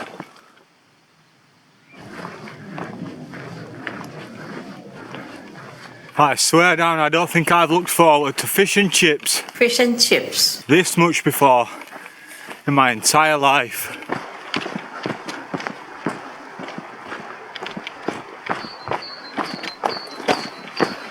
Big Shap, 1 mile. Have it.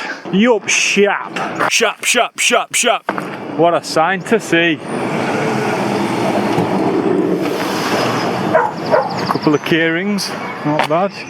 Oh yeah, I found this honesty box earlier and it was selling custom cards, I'm not sure what cards, and tubs of jam. Not exactly ideal on the old coast to coast, is it? That co-op is a good sight to see. We'll certainly be going back there in a minute. Lad. If this is closed, I'm gonna cry. It's not, it's open.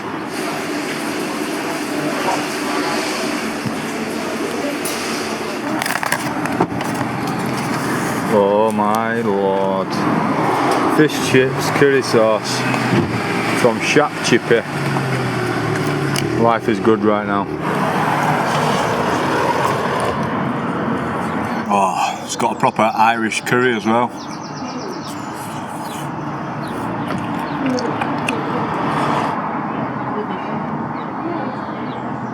And look who it is. Mate, I have rinsed that co-op for drinks and sweets.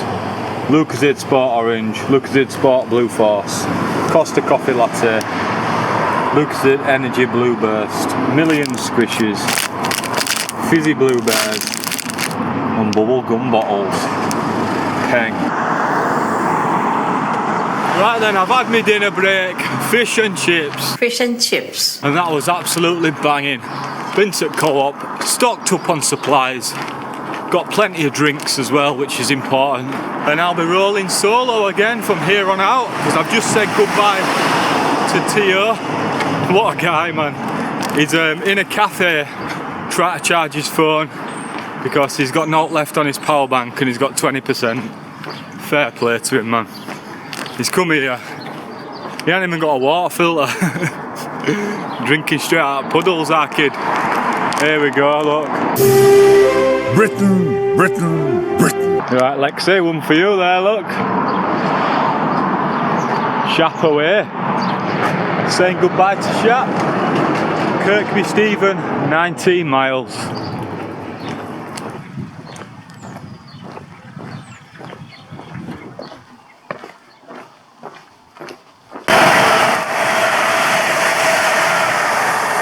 Yo, yo, yo, yo! So, I hope you can hear me alright. We are literally in between the Lake District and the Yorkshire Dales, and we are just crossing a bridge over the M6. sick, eh? So goodbye to the Lake District. You can see the mountains in the distance. Love it, man. What a trail. Epic trail. Crossing the M6 feels like a milestone. It's not just a road, but a border. Behind me, the rugged drama of the Lake District begins to fade, and ahead, the rolling beauty of the Yorkshire Dales beckons. One step takes me out of the lakes, another brings me closer to the Dales. I'll be sad to see the mountains go, but buzzing to see what lies ahead for the rest of the trail.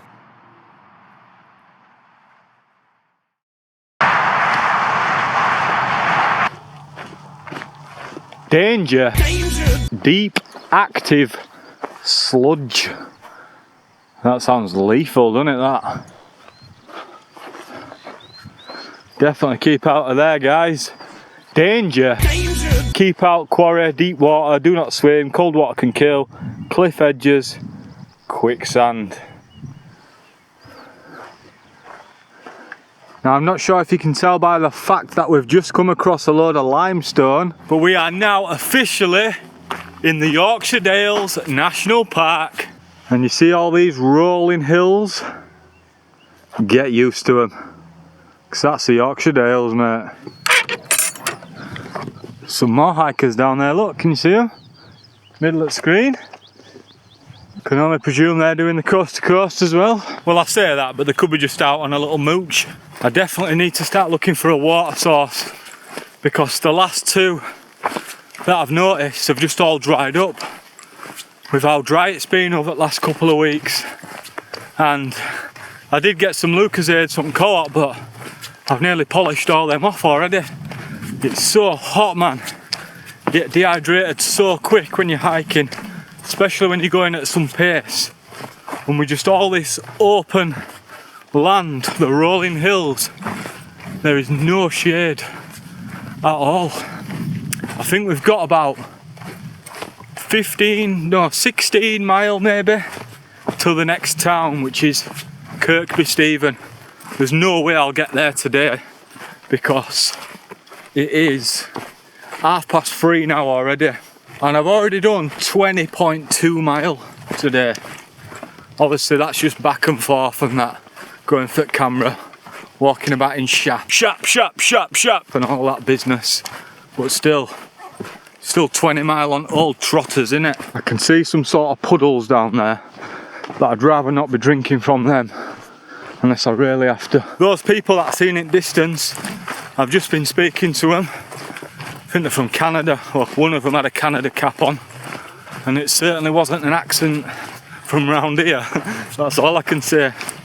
They're actually on day 7, but they're doing it over like 16 days. So that's cool, man. That just goes to show you can just do it at your own pace. There's no rush whatsoever. Right, I'm seeing liquid here, but no running stream, which isn't good.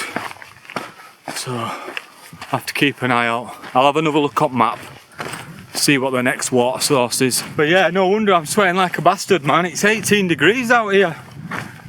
18 degrees, man's on trail. That's too hot for a man like me. Yeah, same here, man. This is the next water source. Dry as a bone. There's a bit of stagnant water there behind that fence and barbed wire, but can't get all out of that really. Certainly can't hear any flowing water either.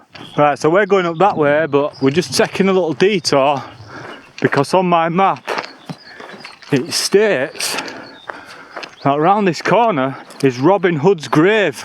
That there is Robin Hood's grave apparently. Then again, is it that?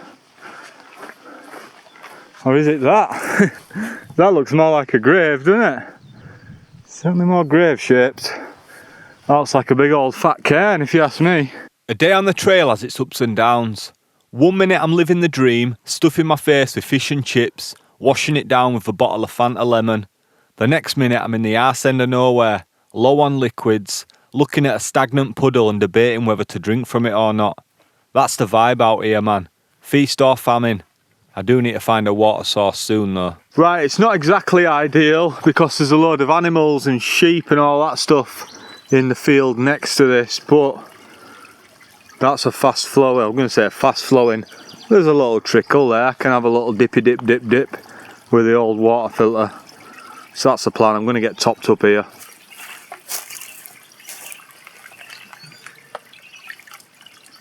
Far too many flies in that for my liking, so I've just filled it up this much and then I'll save this as a bit of a backup, bit of an emergency, and then if I really need a drink, I've got it, and if I do come across somewhere better, I'll tip this out and refill.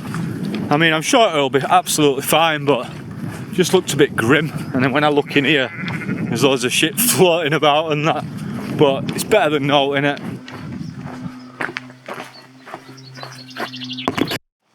Hey up. What have we got here then? This building was restored as part of the Westmoreland Dales Landscape Partnership Scheme, grant funded by the National Lottery Heritage Fund.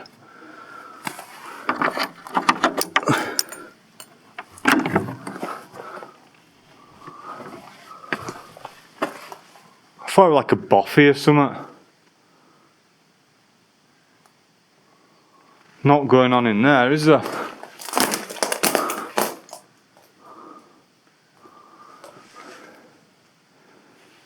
Grim. And what time they're doing restoration like?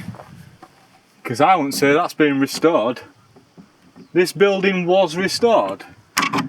I don't like buildings like this where there's a lock on outside like that. Someone could just do you over, couldn't they? See if you was to keep in there. Oh, there's another bit here. What's this? Is this going to be any better? We've got a garden shed on side. That's worse. Close her up, close her up. Nah, not for me that. We are at that stage though. At some point in the next hour or two, we're going to have to look for somewhere to sleep for the night.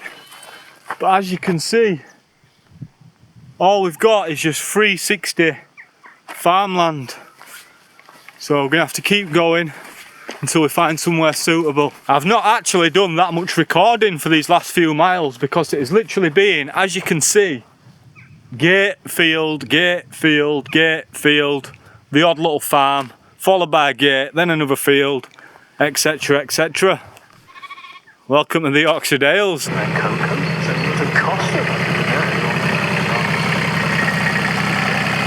It's tempting. It's tempting.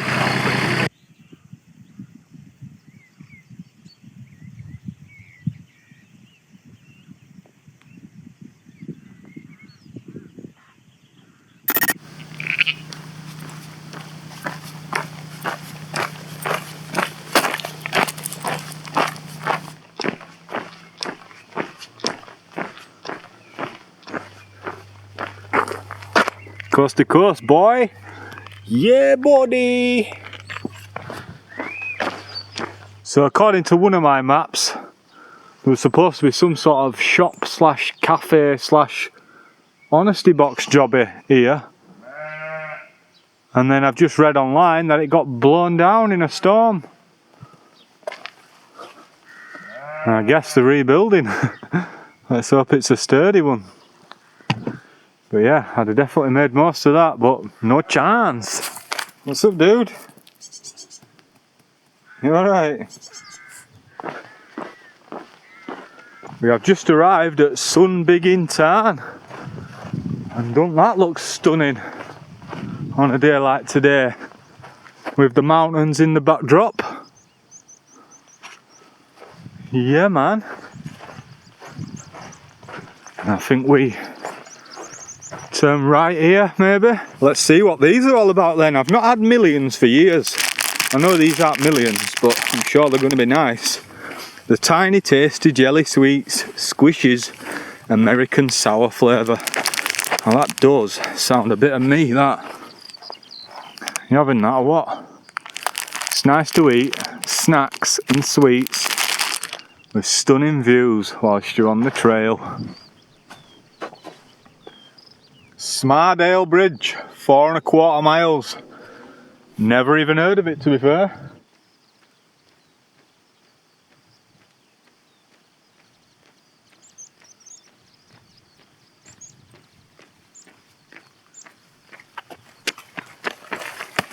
Woo! Coast to coast! Motherfucker! Once again, we're back in a situation where all we can see is rolling hills leading to nowhere. Well, obviously I'm sure they lead somewhere, but you know what I mean. No signs of life form. No settlements round here, John. With the sun warming my back and the golden hour stretching across the horizon, it's at this time of day, just before the light disappears, that I start to wonder where my journey will pause for the night.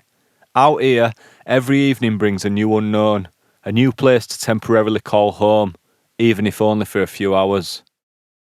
Right, I think I'm going to try pitch up here somewhere. It seems to be full of cow shit, which is quite worrying, but I can't see. I can see. Just about to say I can't see any cows. I can down there, but I think there's a wall. There better be a wall. So yeah, I'm just going to have to risk it for a biscuit because, as you can see, the sun is setting. I reckon we've got 20 minutes, half an hour maybe. So it is probably a good time to call it a day on the old hiking malarkey. And then we'll have some well-deserved rest. And I feel like I've just found my spot already. We are in full visibility of the path, but it's going to be dark soon, so that won't be a problem.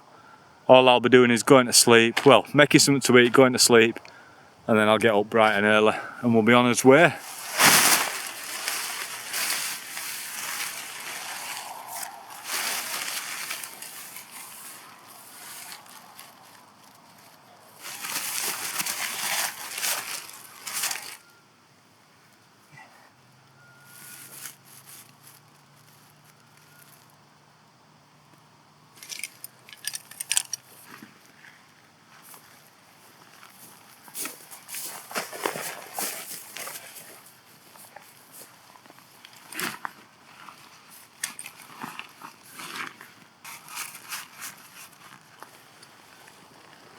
So it's not the best pitch in the world, but I guess that nice sunset makes up for it, minus the cow shit. Let's have a look at some stats then, see how we're getting on. So I am about 78 miles in so far, which I'm quite happy with, to be fair, out of 190 something mile in total. So we're about a couple of mile, no, I say a couple, about 3.5 mile off Kirkby Stephen. So I'll be able to do another resupply in the morning. I've just checked on map and they've got a co-op which opens at like 7 AM. So as far as today is concerned, I have done 63,262 steps. 63,000 steps. My resting energy has been 1,611 calories. My active energy has been 3,331 calories. And my walking distance has been 31.7 miles. But yeah, I actually feel sound. My back's alright, my legs are alright, my calf muscles, all good. Shins, ankles, all cushy. My feet, they're a little bit sore, but no blisters. Obviously they're going to be sore just because of the amount of time that I've been on my feet. But with plenty of rest tonight, early night and that, should be good to go again tomorrow. So I will show you the last of this nice little sunset. Some lovely colours in the sky. There's actually a little farmhouse over there, which I'm not liking the look of. If he gets his binoculars out, he'll be able to see me. That's why I won't be having any lights on once it gets dark.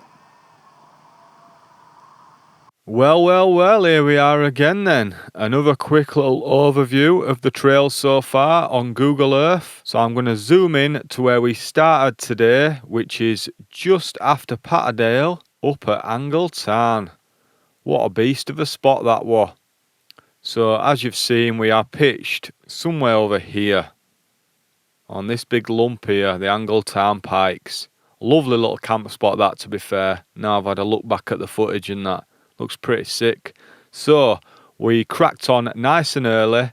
This is where I met George Outdoors. Big shout out to him. He had a good little pitch at side of Angle Tarn there. Guess what was on my mind this morning? I think you know, don't you?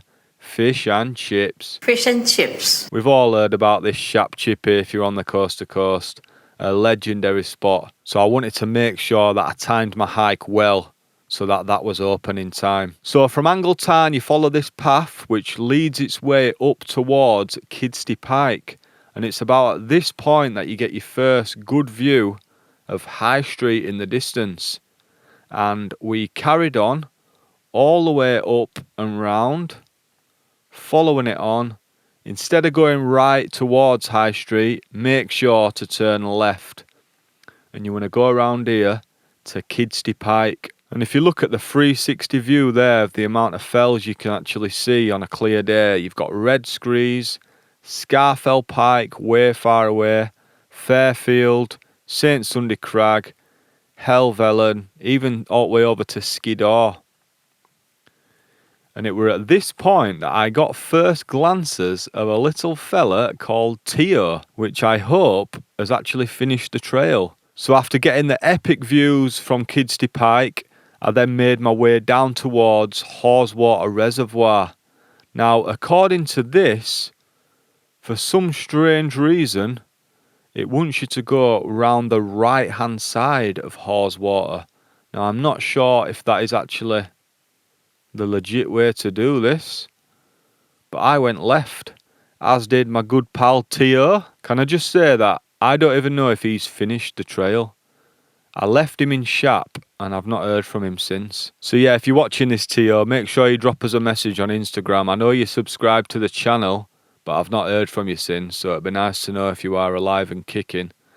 But anyway, we went all the way along the left-hand side of Haweswater Reservoir until the point where we got towards Burn Banks. We found a little honesty box here, and I grabbed myself a little flapjack and a bottle of, what were it now? Oh no, it were a little Capri Sun. Bit of a rip-off, to be honest, for what it was. 200ml, little one gulp wonder for like £1 or something. So we made us way towards Shap Abbey. And then I think it's around here that I pretty much left here and said I will meet you in Shap, because I didn't want to risk that chippy closing before I got there. Once I got to Shap, I was buzzing to see that there was actually a co-op open, but more importantly, if we just chuck this little geezer down, let's have a look. Where is it? There it is. Shap Chippy. So I was buzzing to make it here on time. Can you believe at dinner time it only opens from 12 o'clock till 1:30, and then it doesn't open until later on in the evening. So you've got to time that right with just an hour and a half window. So after scranning some epic fish and chips in Shap, I then said goodbye to Tio for the final time, and I made my way towards the M6. And it's about here, well it's right here, not about here, where I crossed over the M6 motorway. And then this is when it starts to get proper Yorkshire Dales vibes, man. We are officially entering the Yorkshire Dales at this point. As you can see, fields upon fields everywhere.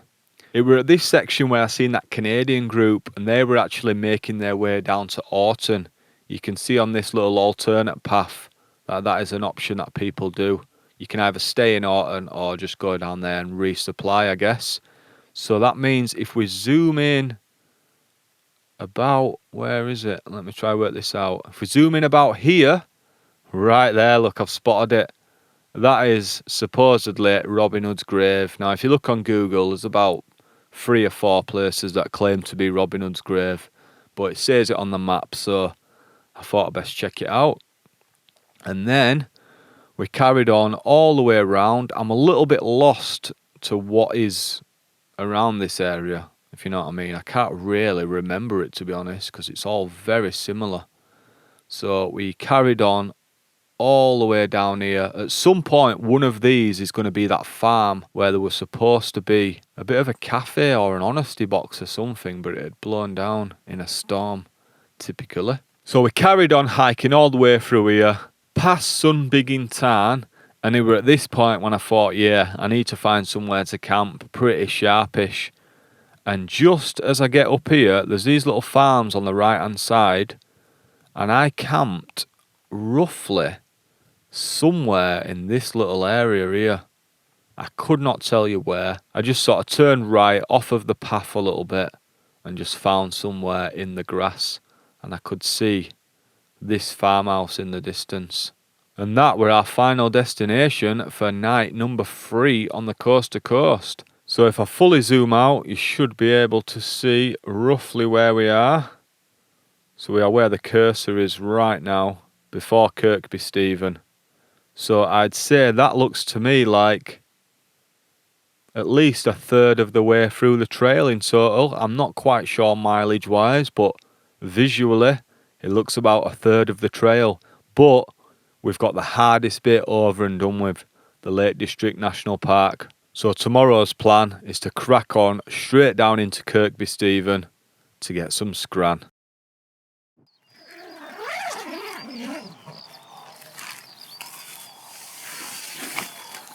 Yes, morning gang. It is day 4 on the coast to coast. Now I didn't do too much filming last night because I needed to keep lighting to a minimum, especially with that farm just over yonder. So same again this morning, not going to hang about. It's not even 6 o'clock and we're already up and out, raring to go. So all I need to do is just smash this tent down, get it whacked in the backpack, and then we'll be on our travels. Our next stop is Kirkby Stephen. I'm looking forward to that because not only have they got a co-op, but apparently they've got a Costa. Anyway, less chatting, let's get cracking, let's get this tent down, let's get ourselves off to Kirkby Stephen. Yup, Steve! Oh, and I don't mean to take it for granted and all, but once again, look at the sunrise that's going to appear soon, popping over those fells in distance. Looks like we're on for another cracking day. This tent is a beast, you know. The Bonfus Duos 2P. What a legend. I'm sure you can see better now just how wonky this pitch was. Not flat at all. That bit was proper raised on that side. But I just sort of slept diagonal across like that. When you've got a 2-person tent, you've got a little bit more to get away with, even though it is harder to find a pitch. Because this, we're either just covered in cack or just uneven like this. But I reckon I found a good spot, to be fair. This is actually the ground sheet from my Lanshan 2, and it fits alright with this Bonfus. What I've done to make it fit even better, I've just added some elastic on the end of the tie-out points, and it just gives me a bit more leeway then, and it fits bob on. Anyway, let's get this in and let's get moving. So this is the pack size for the Bonfus Duos. So it's really small, and that's not even squashed down. If you squash that down, next to nothing, and that's with the ground sheeting as well. And then I tend to just bang it straight into the top of my rucksack. I don't even have to force it in. Drop it down, turn it that way, click them two together. And because it's like a roll top bag, you can give it a little push and just roll it over.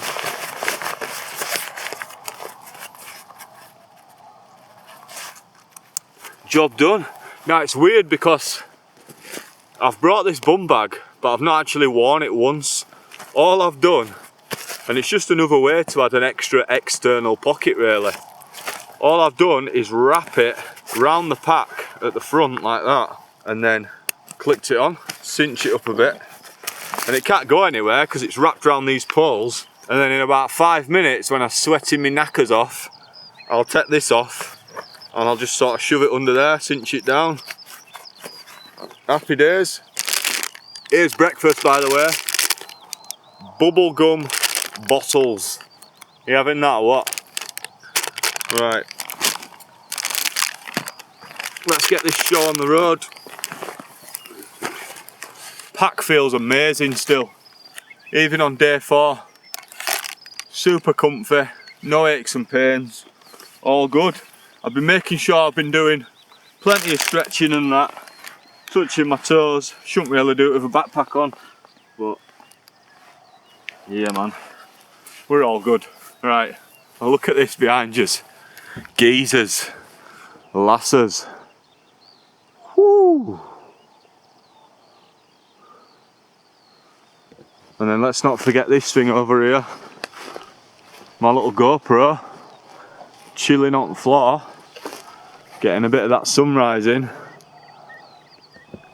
which I'm gonna have to cut short because we're off skis. And there he is, big sun. Look at the sky, man.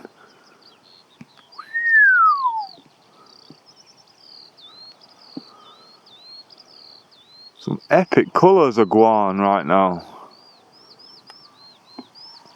No clouds. So just at the brow of that hill there, we were literally just round the other side. And the path is only there. 30 seconds away, if that. But because of where we were sort of out of view of the path. At least from this section anyway. Obviously if you were coming from further over there, you'd have been able to see a tent in distance. But I wasn't bothered about people seeing me from the footpath. It was when I realised that Farmer Giles were living down the road and that.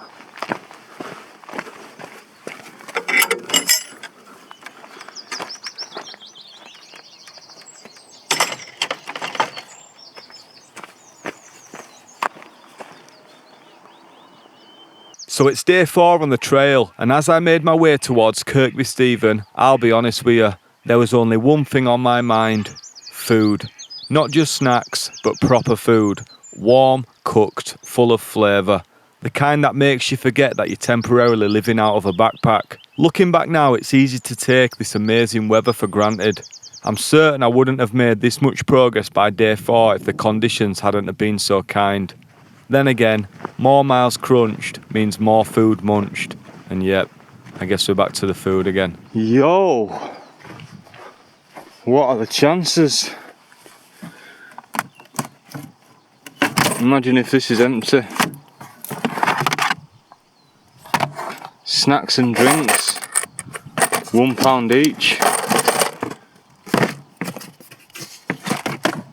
What's in there? Flapjacks. Mate, I've got too much dry mouth to have a flapjack. But do I really pay £1 for a 200ml fruit shoot? Do I? I mean, I've barely had a drink for the last 12 hours or something. Yeah. Hope I'm not entering this field, I'll tell you that for now. Especially with all younglings about. Kirkby Stee. 2 mile. I don't mind a bit of road walking every now and then. But then again, we will be cutting right in a minute across that field. Whoa, sorry dude. I know these are tiny, but I need to get over here, man. You know what I'm saying? Come on guys. Go on. Let's be having you. Right, which way am I going so we don't get this confused? Straight down middle, alright? Yeah, so I'm coming over.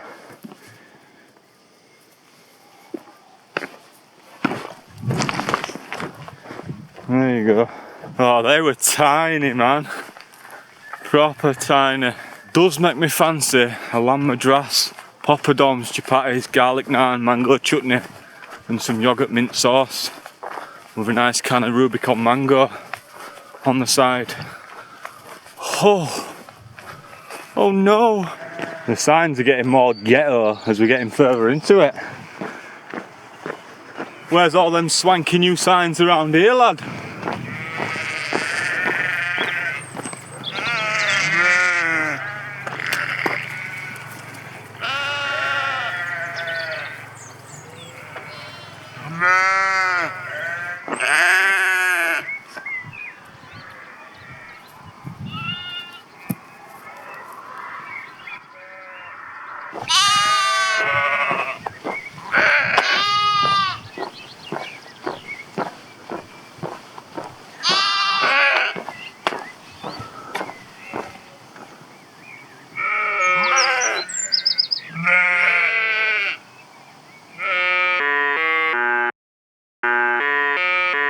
To be fair, there's one here. Fresh sign, Kirkby Stephen, half a mile. What a sight to see. Good old Shap. Shap. Where we had us fish and chips, 19 miles away. Not a bad area to live, is it, round here? Sorry, shouldn't be videoing people's houses and that, but chilling, innit? Kirkby Stee. Here we are then. Kirkby Stephen.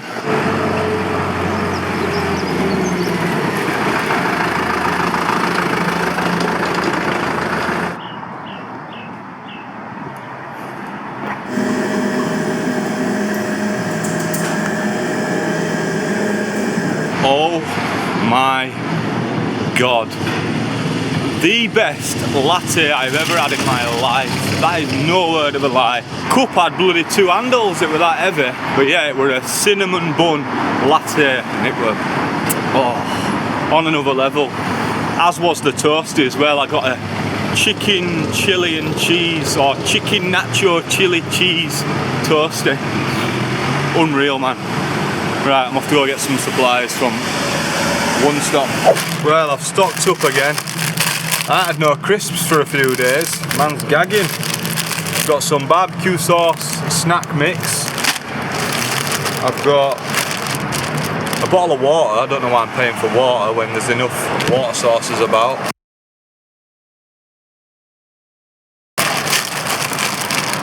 A big bottle of Lucozade Sport Raspberry. Another bottle of this Lucozade Sport Blue Force, same as I got yesterday. Another bottle of this Lucozade Blue Burst Fizzy, same as I got yesterday. And then some Bobby's Prawn Cocktail Spirals. Oh, and not forgetting some squashes. That should keep me going for today. Morning. How are you doing? You alright? Yes, good. Yeah, good, thank you. Let's do this. Yeah, there's a lot going on in Kirkby, Stephen. Plenty of places to stay as well. Plenty of places to get a resupply. Hey up. Britain, Britain.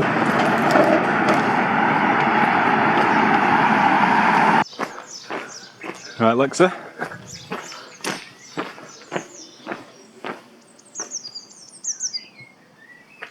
I'm fueled up, fully stocked up for the day. I got plenty of liquids and that, plenty of scran. I have just passed a sign that says we have done 82 miles with 108 miles left to go.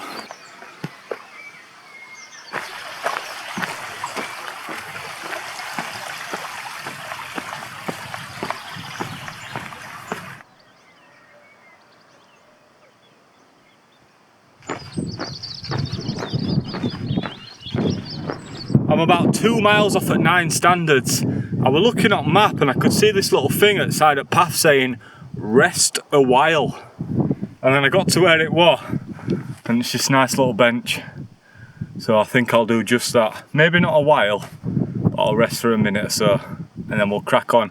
This is by far the biggest ascent of today, so we go all the way up to 9 standards and then we'll drop down into eventually Keld, which I am pretty sure marks the halfway point of the entire trail.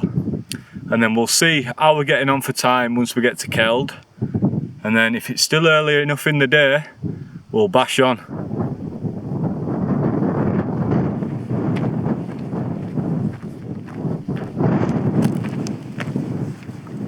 There they are, look. I don't know where you can see them on this camera, but I'll get a little zoom on in the middle of the picture.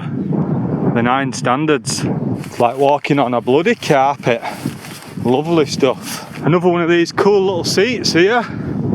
So you can see the 9 standards. We're more or less there now. Is there any toilets up here? I don't know about 9 standards, but after that chili cheese chicken nacho toasty and that mumbo jumbo gigantic latte, I'm about to create a 10th member.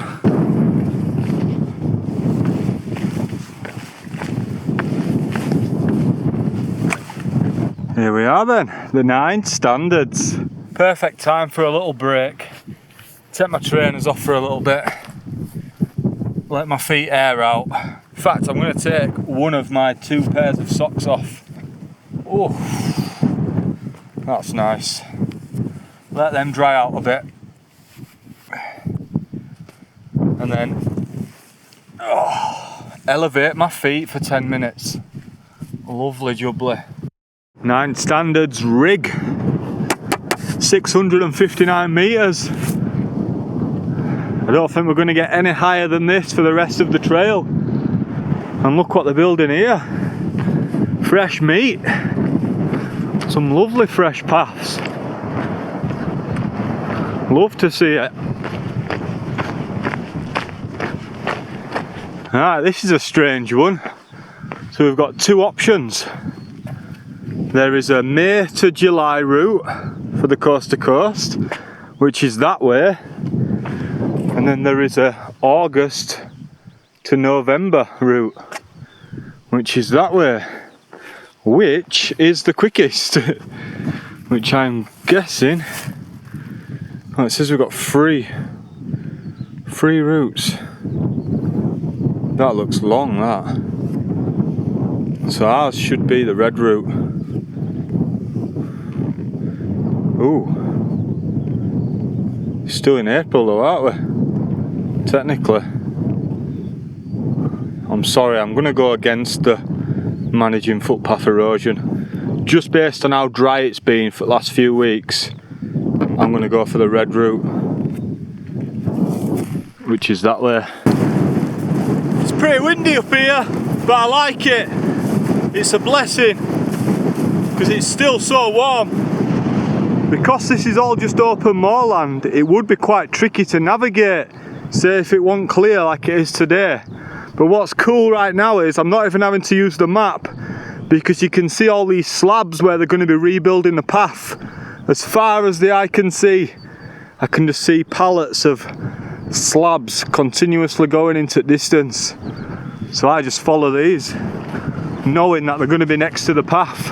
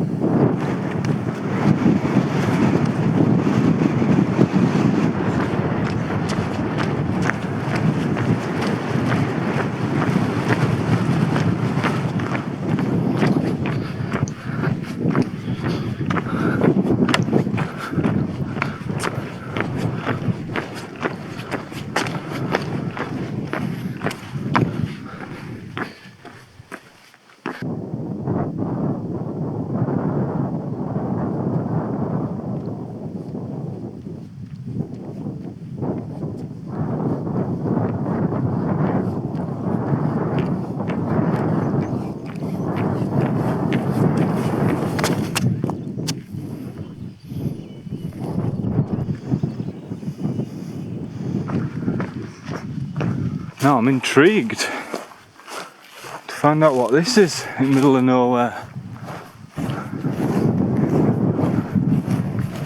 Be nice if it sold burgers, but I can guarantee it doesn't.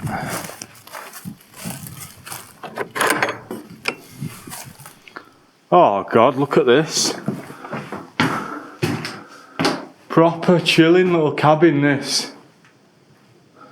Man. God, it's warm in here.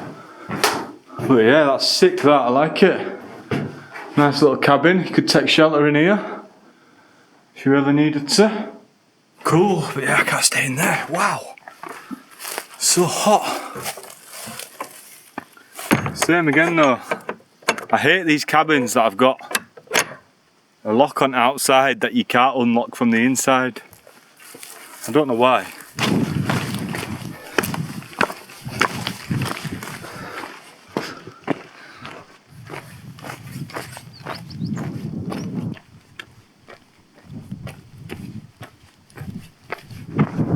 Keld, 3 miles. And you know what they say about Keld? That is actually the halfway mark. Which is a shame really, because that means the trail will be coming to an end.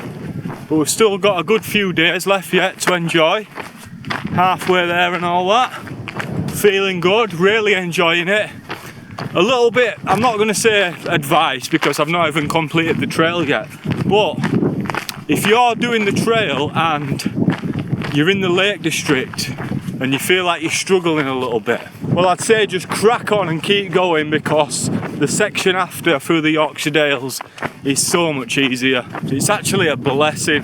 There's just so many flat sections where you can get some decent mileage in, and it's a lot easier on the feet. Yeah man, and you can just cruise through, crunch them miles down, enjoying the nice scenery.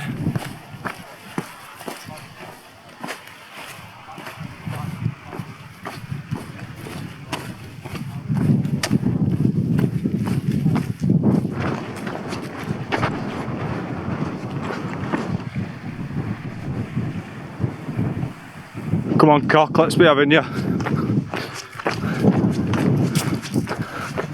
That's it, big stretch. In the middle of the highway.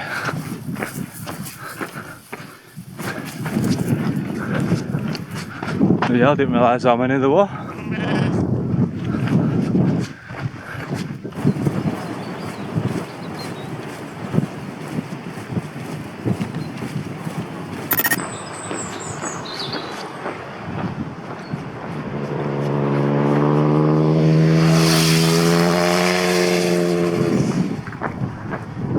Well, I've been here before, once upon a time. 20p for toilets.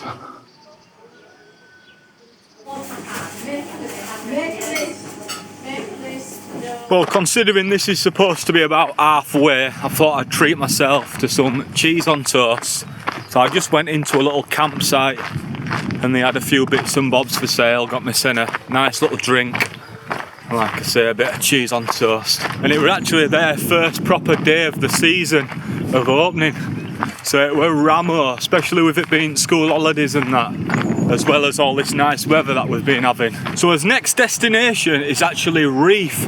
And those that are familiar with this area and familiar with the channel will know that only a few months ago I did the Heriot Way. And part of the Heriot Way literally goes from Keld to Reef. So with the coast to coast, there's a couple of variants that you can do.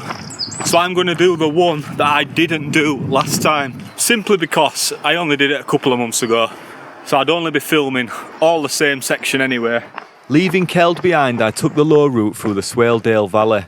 The trail wound gently through meadows, passing old farm buildings and countless dry stone walls. It's a quieter section, not too challenging, no major climbs, pretty much flat, but still scenic. Proper classic Yorkshire vibes all day long. Just the steady rhythm of my trainers on the grassy track and the sound of the River Swale following, which was never far from sight. So I've bashed on for the past few hours. To be honest, I'm kind of regretting not doing that high route that I did last time, because this route has just been a bit, I'm going to say boring. Basically just going through farmers' fields, the odd bit of road walking and just following the River Swale. So it's been steady away, it's not been a bad hike, easy enough, just a little bit boring, just a tiny bit. So the grand plan for this evening then, find a peaceful little spot down by the River Swale, set up camp and enjoy a quiet early night under the stars. Easy right? Wrong. Although the location looked perfect, I soon realised it was going to be difficult when about 5 seconds later, another dog walker appeared out of nowhere. It was like some sort of Swaledale dog parade, all living their best lives, and here I am skulking about like I'm doing something illegal, which if you want to get technical, I guess I am. So that meant it was time to put my foot back on the tarmac and hike a little further. I'm telling you, it's not been easy to find a wild camping spot tonight, so I've just had to keep walking and keep walking. I walked down by the river, but just so busy. I was sat there for like 20 minutes, it got to about 7:20, and there was still just dog walker after dog walker after dog walker. and they'd all seen me sat there with my backpack and that, so I just had to keep going. So I'm now in a farmer's field. I seen a big sign saying bull in field, so I've jumped over the wall into the next field, and judging by how long the grass is and that, I don't think there's been any cattle in this for a long time. There's no shit anywhere either, so I'm just going to pitch up right next to this wall.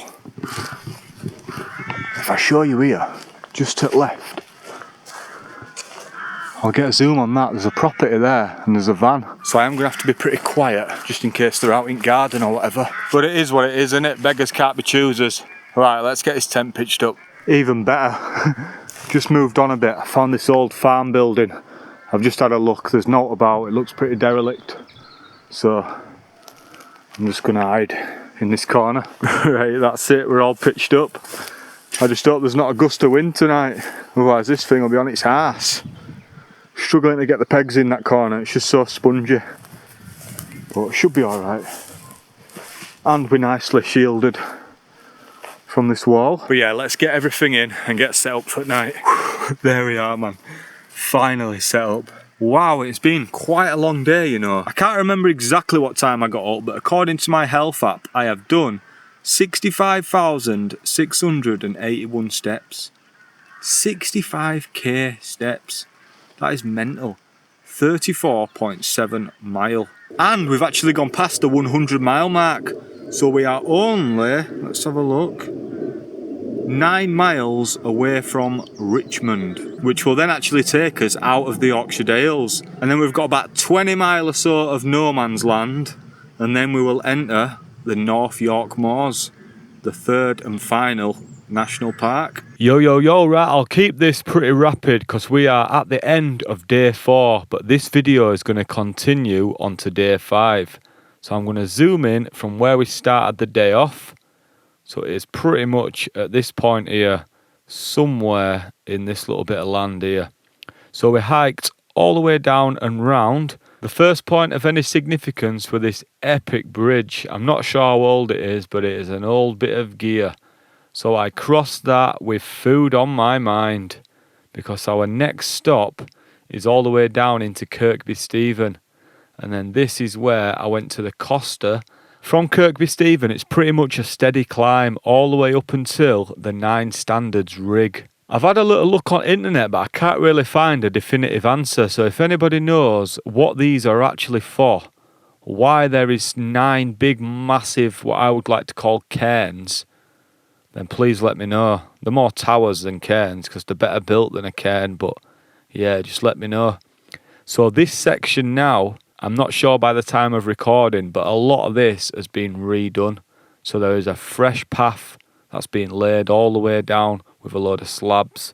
To be fair, there were quite a bit of it when I did it, so there's going to be even more now because they were actually working on it whilst I was up there. There's actually 3 different options depending on what season you're doing the hiking, so just check out the sign and do as it says.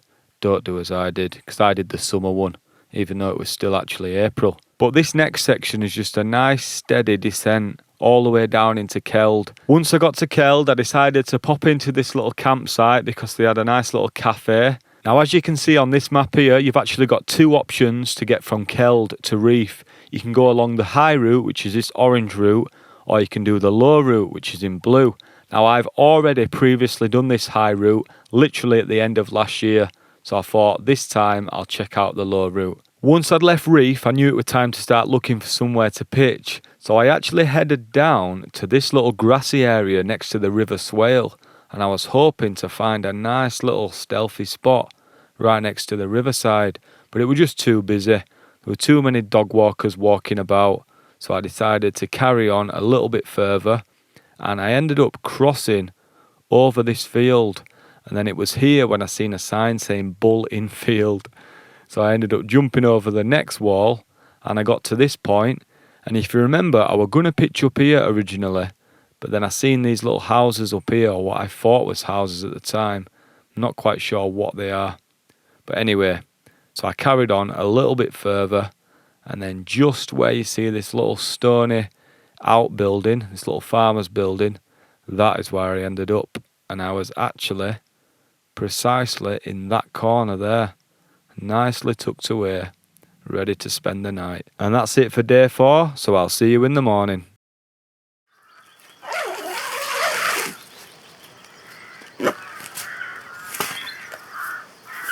Morning, gang. Well, I'd be lying to you if I said today wasn't the first day that I've woke up feeling a little bit stiff in the old muscles. It's one of them ones, maybe I didn't stretch enough last night, or maybe it's just because I need to get warmed up this morning. But yeah, day 5 on the trail, on the coast to coast. Starting to feel it a little bit now. Not physically as much, more just that same routine over and over again, if you know what I mean. It's like it can take 2 or 3 days to sort of get into the groove, but then by day 4 and 5, you're like, yeah, we are well and truly in the groove. So yesterday, probably my least favourite day on the trail so far. Do you know what it is? I think it's because the Lake District is first, and from what I've read, and from what I presume, you aren't getting better than that, do you know what I'm saying? So it's sort of like you peak too early. And then yesterday was just a lot of farmers' fields and just a bit repetitive for me. I didn't find it quite as stimulating, if that makes sense. But I'm not sure well you can see that, but it's looking like another cracking day on the trail weather-wise. So I'm going to put the tent away and then we're going to bash on. We're actually heading to another town called Richmond where I'll be able to get some supplies. Rumour has it they've got a Greggs as well. You know me, I don't mind me Greggs from time to time. Let's get this put away and then we'll hit the road. There we are. Not the most scenic, beautiful spot I've ever camped in, but it'll have to do. So we just need to jump back over this fence or over that wall and then find his way back to the path. I swear there were a sign saying bull in field about this field yesterday, and I'm here knocking about in the brightest red jumper known to man, like a red rag to a bull. Oh shit.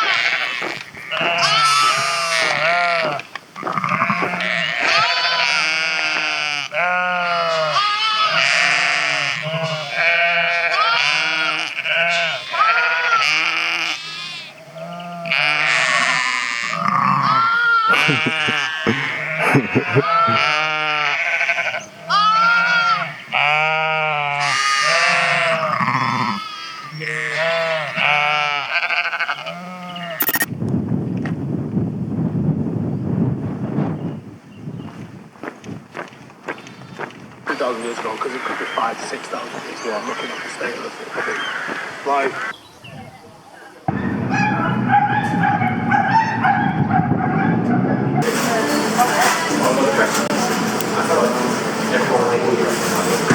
oh, in half cracking flags now. So I've made it to Richmond. I've just been to Greggs, and oh my god, I stuffed my face.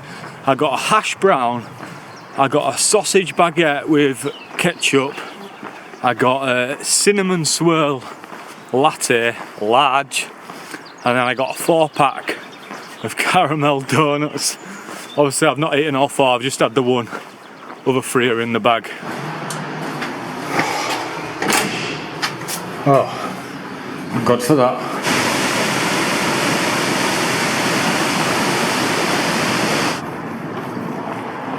This is actually the first coast to coast sign that I've seen for ages, and it's one of the old school ones. So we've just come out of Richmond now, and we are now going through what I call no man's land, because it's in none of the national parks. It's looking like we just go through a few villages and that, and then eventually we will hit the North York Moors. I say eventually because it's about 20 miles or something away, if not longer. So I'm not quite sure what to expect. hopefully it's a little bit varied. The first few days I got shitloads of footage, and that is just simply because there were shitloads to show you. But I can only keep showing you like a simple path like this and some green fields so many times, do you know what I mean? That's why there haven't been as much in these past couple of days. Leaving behind the historic charming town of Richmond, the coast-to-coast path heads towards Catterick Bridge. The pace feels easier and the journey more reflective. The River Swale becomes a steady companion. Though not the most strenuous section, it does offer the opportunity to put in some big mileage and really make some decent progress on the trail. I've just made it to roughly Catterick, I think it's called, and I am just about to cross, well I say cross, go underneath the A1M. So the last few miles have just been pretty chilling, man, cruising, steady speed. It's been quite flat, to be honest, most of the way since, where were we, Richmond. So it's just been chilling, man. I've just had my headphones on, just crunching out the miles. We've not done that much, but it's been steady away. So I'm just working my way down this little grass banking, and then we'll be under the A1M.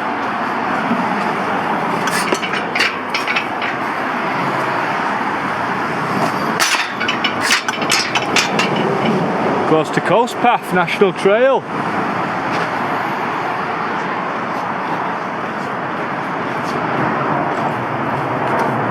We've ended up back next to this River Swale. I feel like we've been following that for bloody hours. Never mind hours, make that days. We're actually going up onto this little bridge here, and then we'll be crossing over it.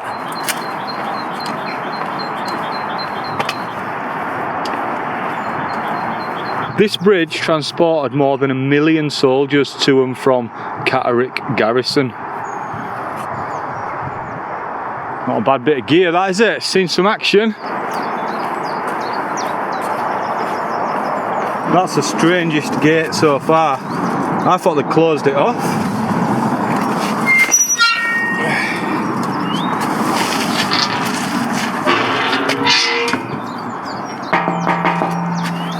Fair play.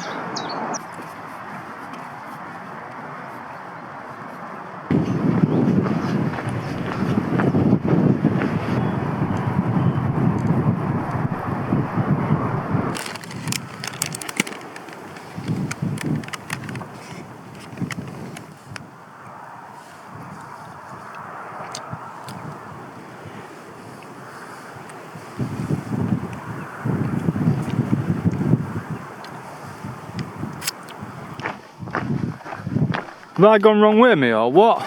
Didn't know it was this overgrown round here. What the hell? It's actually amazing what headphones can do whilst you're on trail, when you just get in the zone and get your best foot forward. I remember saying the other day that I'm going to make hay while the sun is shining, and although it is a little bit more cloudy today, which to be honest I am preferring whilst hiking, it's still really nice weather. So according to the forecast, tomorrow is when it is due to turn, because not only is it going to rain and be higher wind, the temperature's also going to drop. Well, that's tonight, so it's going to be a lot colder in the tent. Whoa. But yeah, it's a right mission coming through this bit. Branches and that, nettle stings on old legs. According to the map, I'm only like a mile or so away from Danby Whisk. Some funny names round here. Yeah, we're definitely on the right path, coast to coast. Fair play. So I'm guessing straight down there will be Danby Whisk or Dandy Whisk. What's it called? Dandelion and Burdock. Now it looks like to me, please correct me in the comments if I'm wrong, we have got our first glimpses of the North York Moors in the distance. It doesn't look quite as mountainous and rugged as the Lake District, and it doesn't look as green as the Yorkshire Dales, but it will be my first time ever visiting the North York Moors. Oh great, well I look forward to that then. I've just been chatting to two blokes doing the coast to coast but the other way, so they've already done the North York Moors section. and I don't know, they want to impress, to be honest. They said it was the first time that they'd been, and just a bit boring like with the words, so we'll see. We'll see, but I'm not bothered, man, because it's nearly the end for me, innit? So it's the last section, the North York Moors, and like I said, it'll be first time going there, so I'm just going to treat it as its own little mini trail. Just pretend we're starting again, and we're doing a little, whoa, no trips then, and we're doing a little North York Moors multi-day camp, one of them ones. So I think we're in dandelion and burdock now. To be fair, I could do with a can of dandelion and bird shit, but I only have one of them when I've got fish and chips. And it's not Chippy Friday, so I won't be having that today. Oh, I should have warned them two, man. There's a storm brewing. Get your waterproofs on. They're going to hit that Yorkshire Dales. Probably right up near 9 standards. All that open moorland. With that new path. That new path was sick, actually. Am I going the right way? I don't know. They're going to hit that peak storm time, I bet. I've been thinking it would be cool to do it the other way, east to west, but I just don't know if I'd fancy tackling all those Lake District fells after you've already put 150 mile on feet. I don't know about that. I were having a bit of a moment this morning when I were hiking, and I was just finding it a bit boring. It was just those roads, when it were like road walk, farmer's field, road walk, farmer's field, and I wasn't making most of the headphones. I know we're out here to enjoy nature and all that lot, but when you've been walking on your own for like, what is it, day 5 now, yeah, you just get a bit bored after a bit with that same routine. Looking at your own 2 feet and then looking forward, looking at your own 2 feet, looking forward, and then when the view in front of me isn't majorly exciting, it just doesn't do it for me. Oh yeah, it is. It's bloody Danby, not Dandy. I thought it was dandelion and burdock. Keep going. See, like now, back on another road section, and it's when I'm on the road sections that I can't really wear the headphones, because obviously you need to be listening out for cars coming and that. You can't be just daydreaming, listening to your tunes and that, floating about to Pink Floyd. You end up a dead man.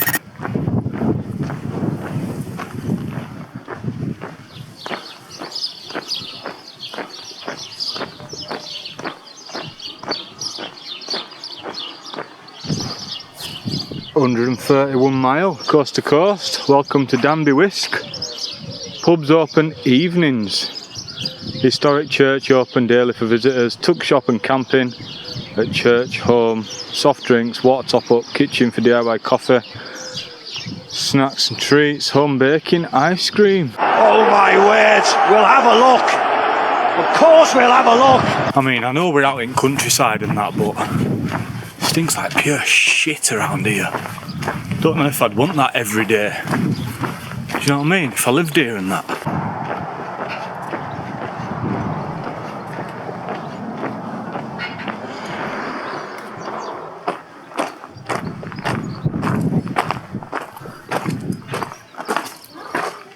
There we are, look at this. This is a tuck shop, isn't it? Wow. Ice cream and that. We've got a little spoon. What's in the freezer? Oh, I'm gonna have to get one out. I was just gonna say, the problem is I've only got £10 notes. I've spent all my change, but just noticed this. PayPal me. That's sick. Right, I'll do that. So I'll get some McCoys. We'll get... I don't know what flavour cornetto these are. Classic.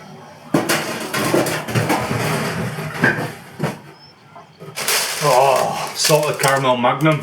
That's me. So how much are they?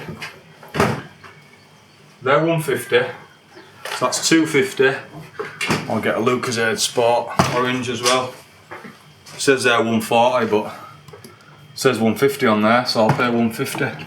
Nicely, nicely. More than happy with that. Salted caramel magnum. that'll keep me going for a bit. The woman that runs it just came in and she said, are you carrying on or are you staying here? I was like, I'm gonna have to carry on. As much as I'd love to stay there, especially because it's Super Sunday, footy kicks off at 4:30 and I will be watching it, but I think I'm just gonna try walk and watch it. I've got to make most of these daylight hours, do you know what I'm saying? That's a unique sign. I had to get a quick clip of that. One of a kind. I'll get you, my pretty, and your little dog too. Not gonna lie, I'm not the biggest fan of crossing train tracks and that, but stop, look, listen and all that, gotta be done. Look both ways, stop, look, and we're all good. Let's get across. Whoa, fucking hell, tripping and that.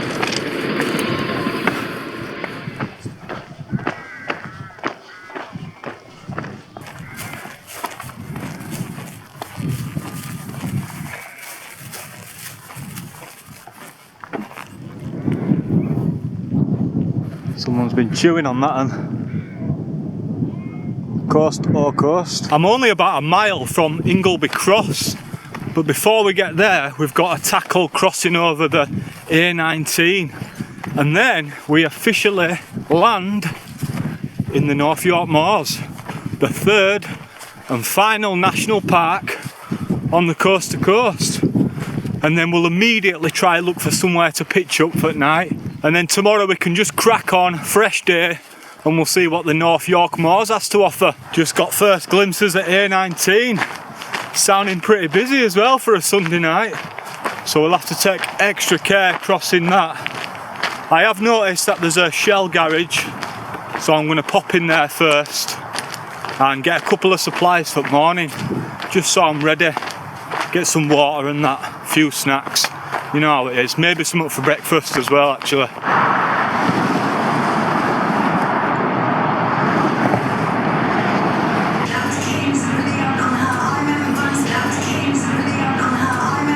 Right, we have just struck absolute gold with that place. What a woman. What a woman. So, I've just bagged a fucking cheeseburger and a hot dog, right? And she goes, oh, you can eat it in here if you want. There's some sauces and that over there. And I was like, oh, I better crack on because obviously it's getting dark and I've got to find somewhere to pitch. And she goes, well, if you want, just go around back, put your tent up, and you can come back and eat it in there if you want, or eat it in your tent or whatever. I was like, what, pitch up around back of here? And she said, yeah. So, this is where we are, man. Pitched up by the trees. Might be a little bit noisy in A19, but end of day, I'm pitched up, safe and sound. I'm actually buzzing. So I've camped in some weird places in my time, but next to Shell Garage is certainly one of them. I don't know whether to go a bit more stealthy and hide in corner or not. Don't know.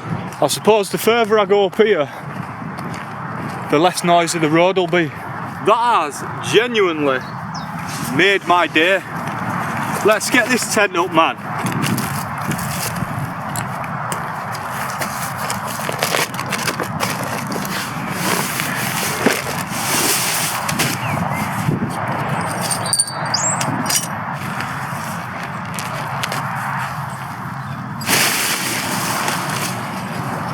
Well, if there's somewhere I wasn't expecting to be pitched up tonight, it's certainly here. Shell Garage in background. Bonfuss Duos 2p. I need to get my burger, it's going to be cold. And my hot dog. Chili cheese dog. Let's get these scranned, man. Before anything. Get these trainees off, man. Yes! It's sick because it's at least an hour earlier than I expected.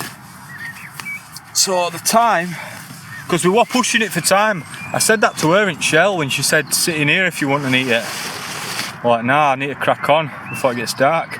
So it's 7:30, so we had half an hour of daylight left. Oh, get me a double cheeseburger. I mean, it looks a bit grim. The actual burger doesn't look the best. Not a bad little bun though, that is it?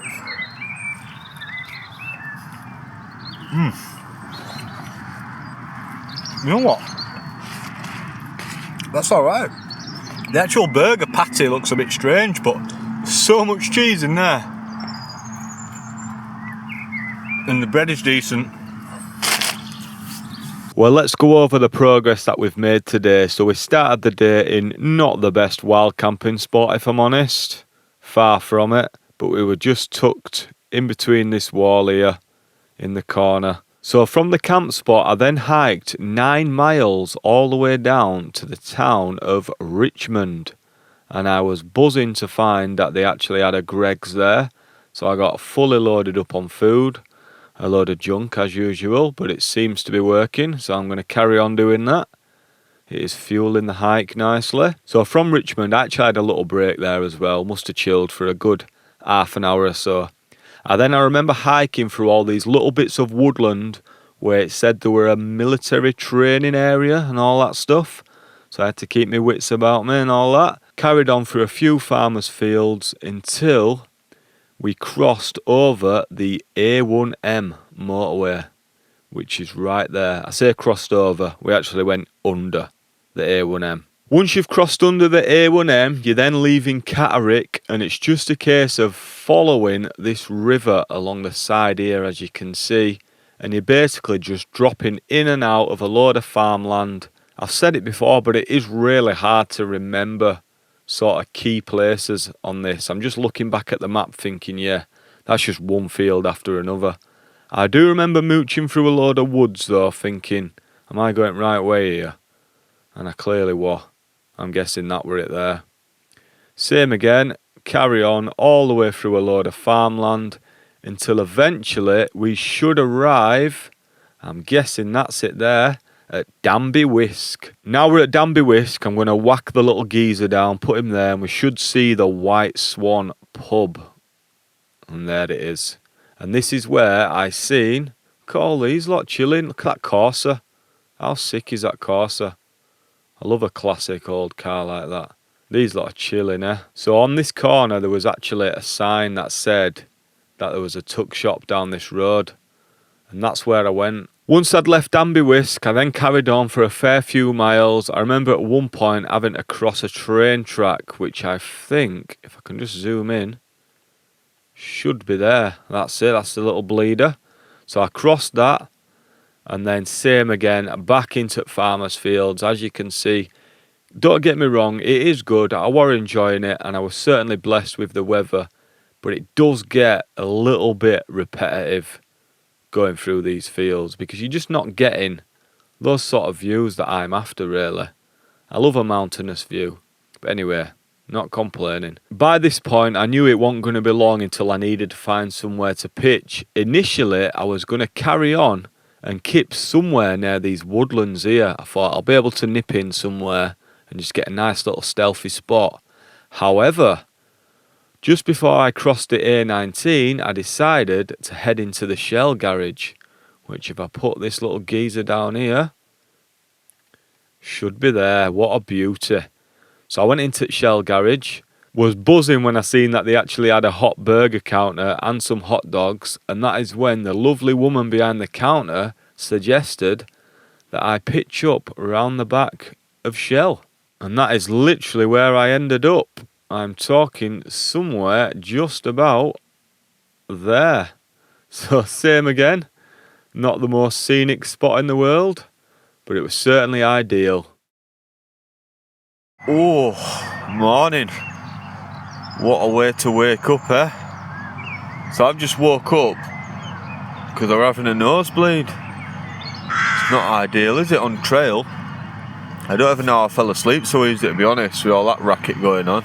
The A19 certainly perked up this morning, but it is a Monday morning.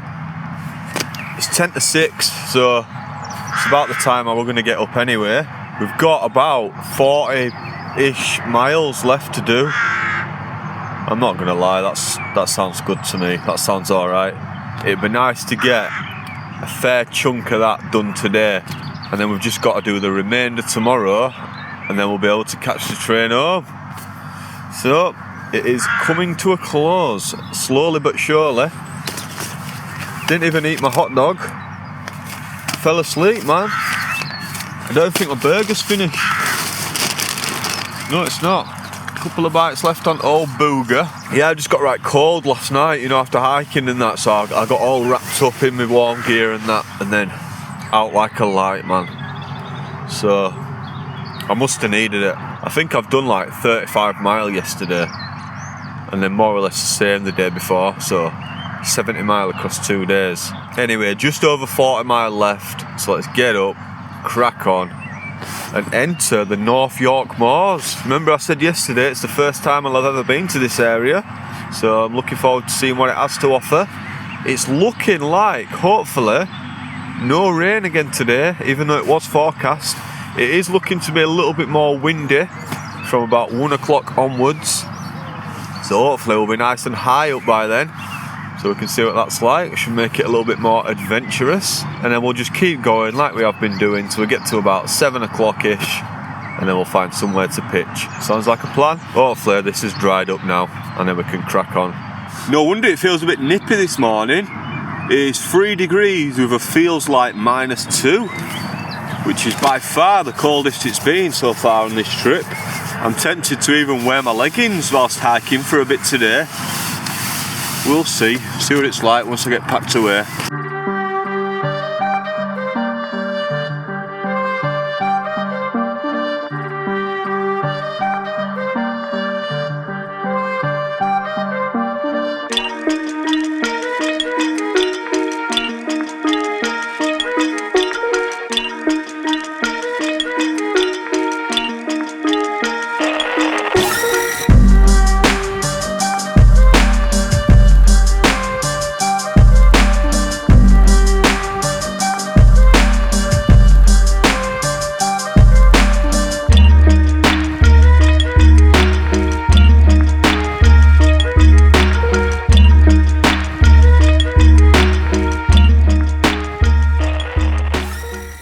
Yes, all packed away. Need to find myself a bin, get rid of all this crap.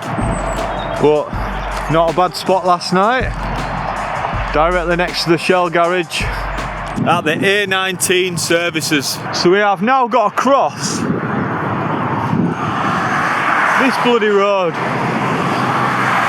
Monday morning as well. Should we do it? That's it, we're across.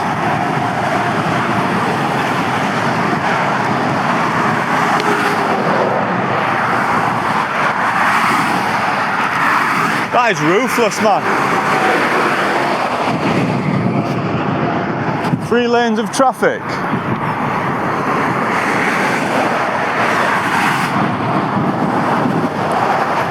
That's it. Buzzing.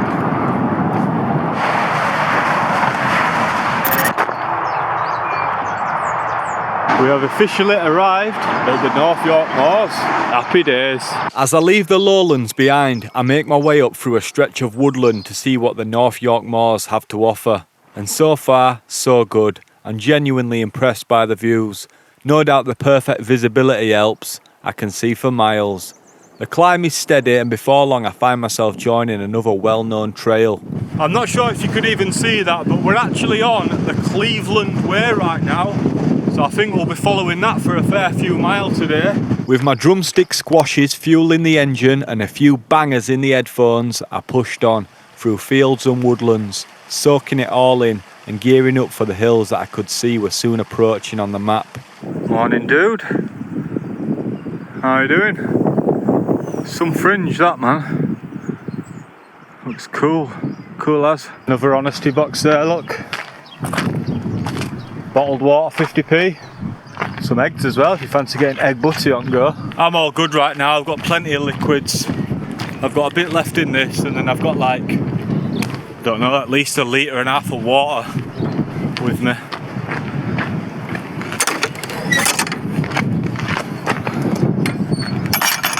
Yeah, I'm telling you, there's some epic views from up here. as far as the eye can see. And once again, man, so lucky with the weather. It's unbelievable. It is a little bit windy up here. Now we've got onto tops and that, but still, if anything, that's a bit of a blessing when you're hiking. So we're in a section now where over the next few miles there's going to be quite a few ups and downs. I've looked on the map, looks like there's about 4 different peaks or something like that as we go across. So we're making decent progress, steady away. There's no rush really today. I'll just get as far as I can tonight, pitch up, and then we'll be literally finishing off the trail in the morning. And then for me to get a train back to Bradford, I've got to go up to Whitby. So I'm probably just going to jump in an Uber or see if there's a bus that runs me up to Whitby, and then I can either get a train up to Middlesbrough and then to Leeds, and then get to Bradford from Leeds. And there is a couple other options as well, but we'll deal with that tomorrow.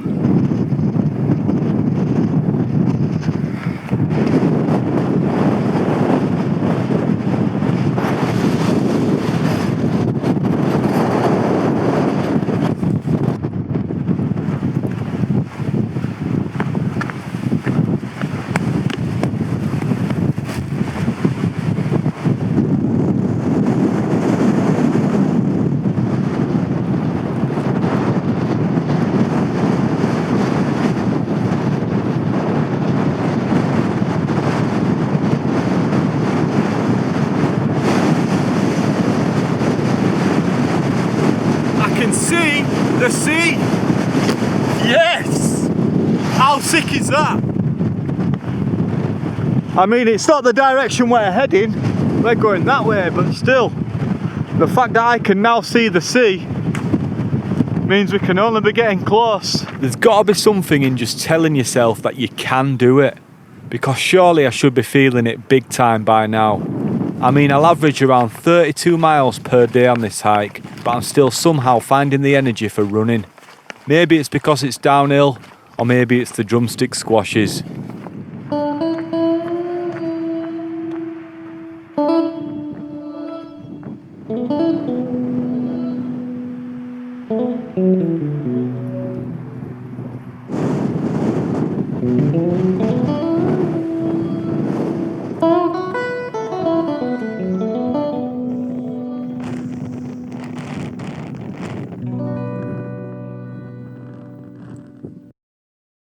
Yo!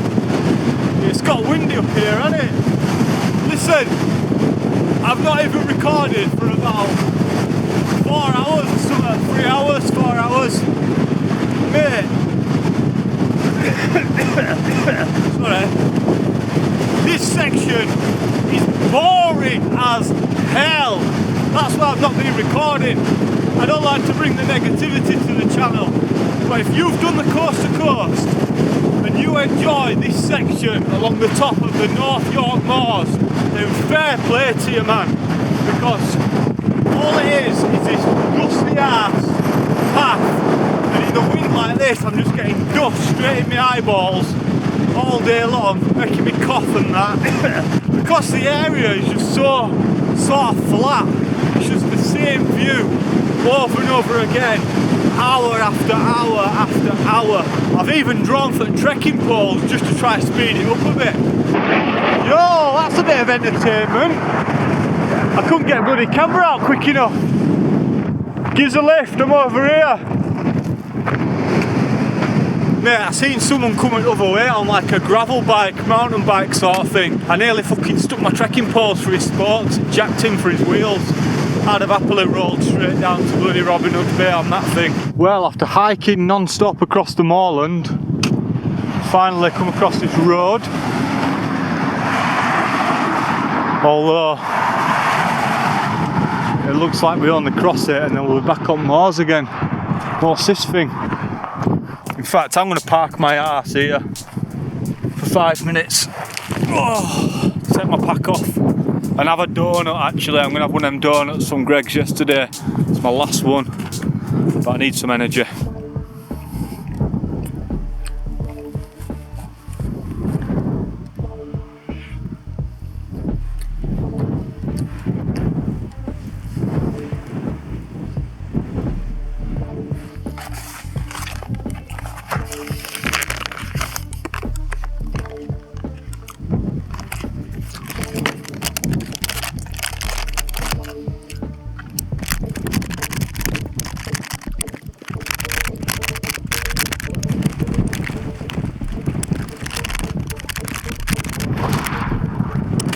Believe me when I say I don't eat like this at home all the time, but I've been told in the comments that my diet on trail is shocking.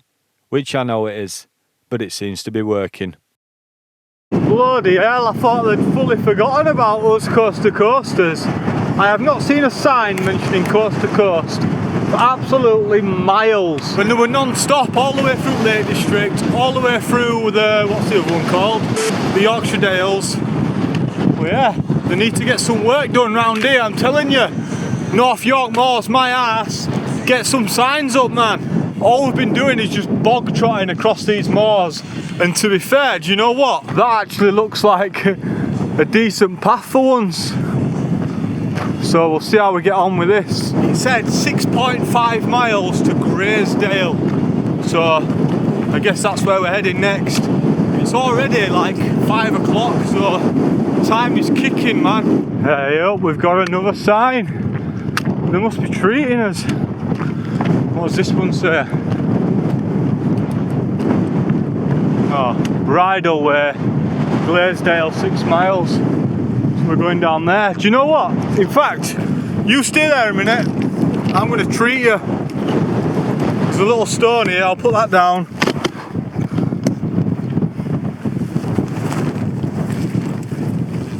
I'll treat you to a little walk-by shop. It's been a while.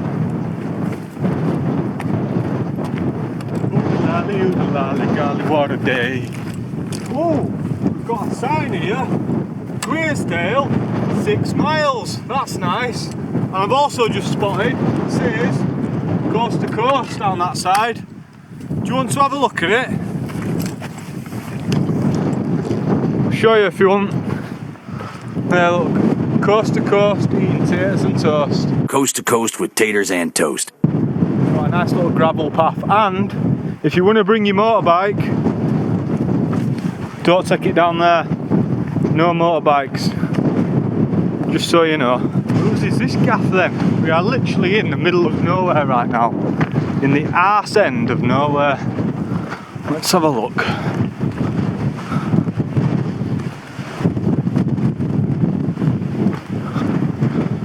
Unless it's just for the sheep.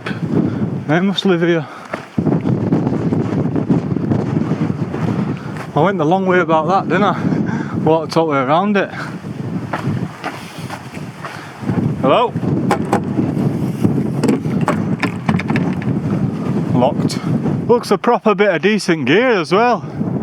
Fresh new roof and that, with skylight windows. Damn, son. So we're not too far off Graysdale now, so we'll be dropping into there. There is some shops and stuff, but because of the time, they're all going to be closed, so it'll be just literally get down there, push straight through, and then up and out to the next village, and we'll just crack on. We've got, I'm going to say we've got about an hour of daylight left, so we're just going to get as close as we can to the finish. Obviously there'll be still quite a few miles to do tomorrow, but every mile we do today is one less to do in the morning. That's what I'm telling myself anyway.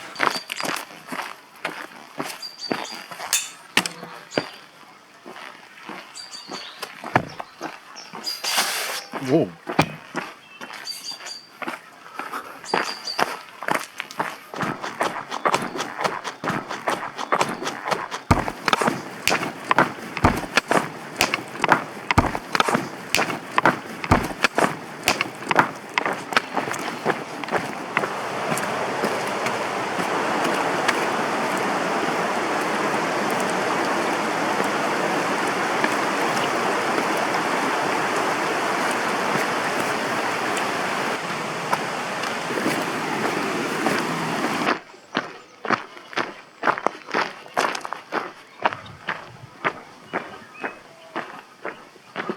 Coast to coast, Grossmont, whatever it is, it's this way.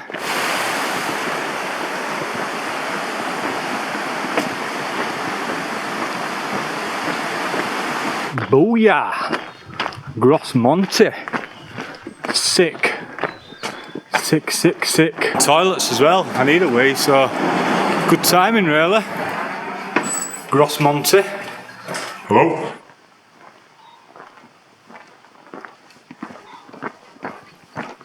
Get that fucking co-op open.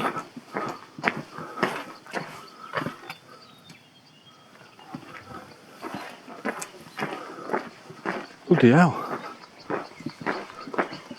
Get across this a bit sharpish. Railway line and that. Oh, Station Tavern.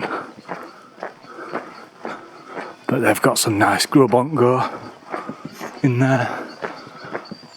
A few nice guest suites upstairs. Nice warm bed. Hot shower. Oh, I've seen someone tucking into a nice steak and ale pie there. Extra gravy.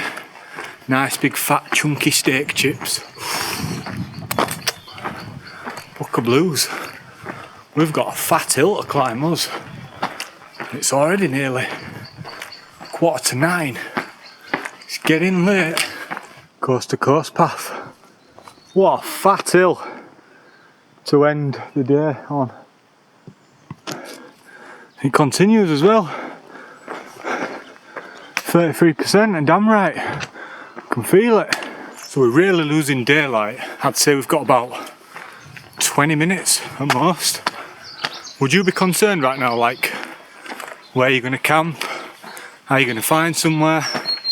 Because all I've got at the moment is roads and people's gardens. There's a little field on left actually.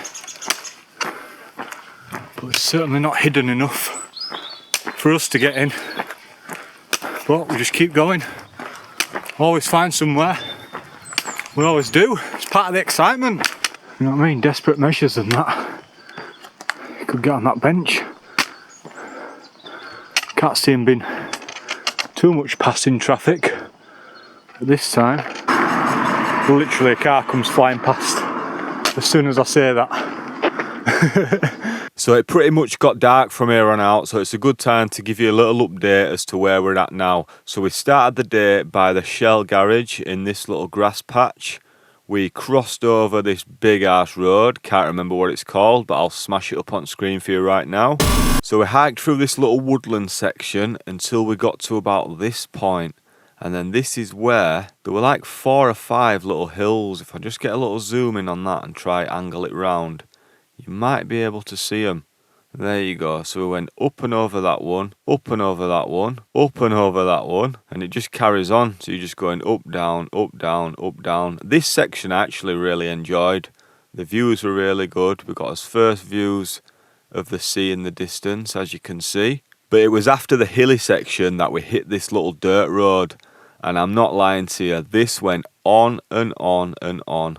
All the way winding round. I'm talking hour after hour of pure hiking at a decent pace as well. Until I think we got to the point around here. If I just try zoom in, I might be able to chuck the geezer down there. I think it were there. Let me spin this round. Ah yeah, you see that little marker there? That little stone? That's where I sat down and had my little donut. Once we'd left that stone where I had that little break, it was then just a case of following this road all the way around here until I made a right turn right at this point. And if I just whack him down again, there should be a little sign that said no motorbikes or no motorcycles or something. Who's this guy? You alright, bruv? Let's see if I can see it. There it is, look. There's that little sign. No motorcycles. So that means once we'd followed this dirt track on a little bit, that must be that little hut that I seen. So if we follow it on, there's that little hut. And I had a look and it were all locked. So I'm not actually sure what that is.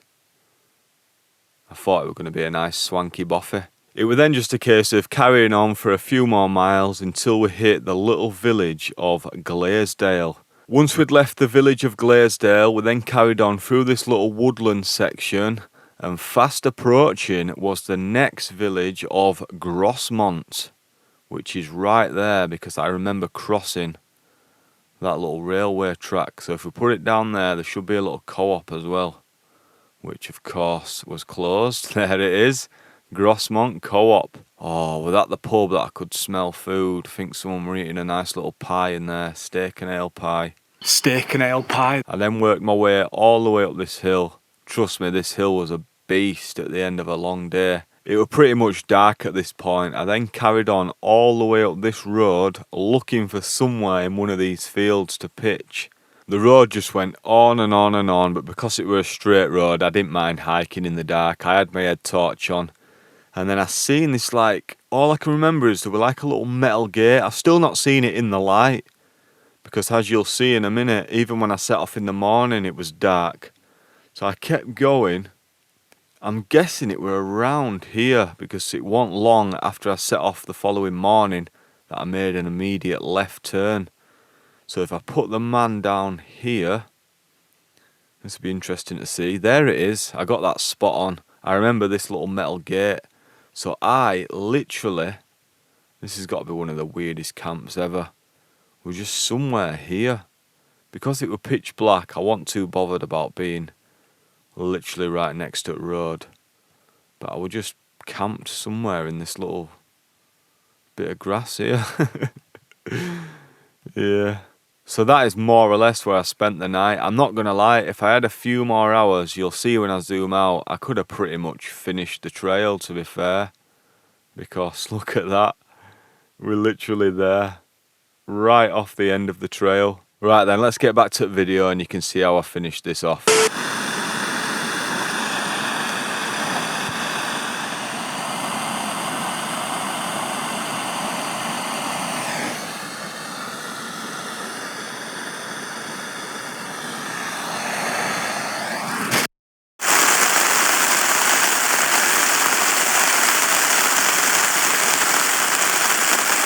So much for getting some sleep before the finale in the morning. Morning gang. I don't know how well you better see me, but that is us. Ready to go. Obviously it is pitch black out here. Quite freaky as well, because this is just some open moorland. But we're going to work our way back to the road, which I don't think is too far. Just need to watch my footsteps. I know it's in that direction.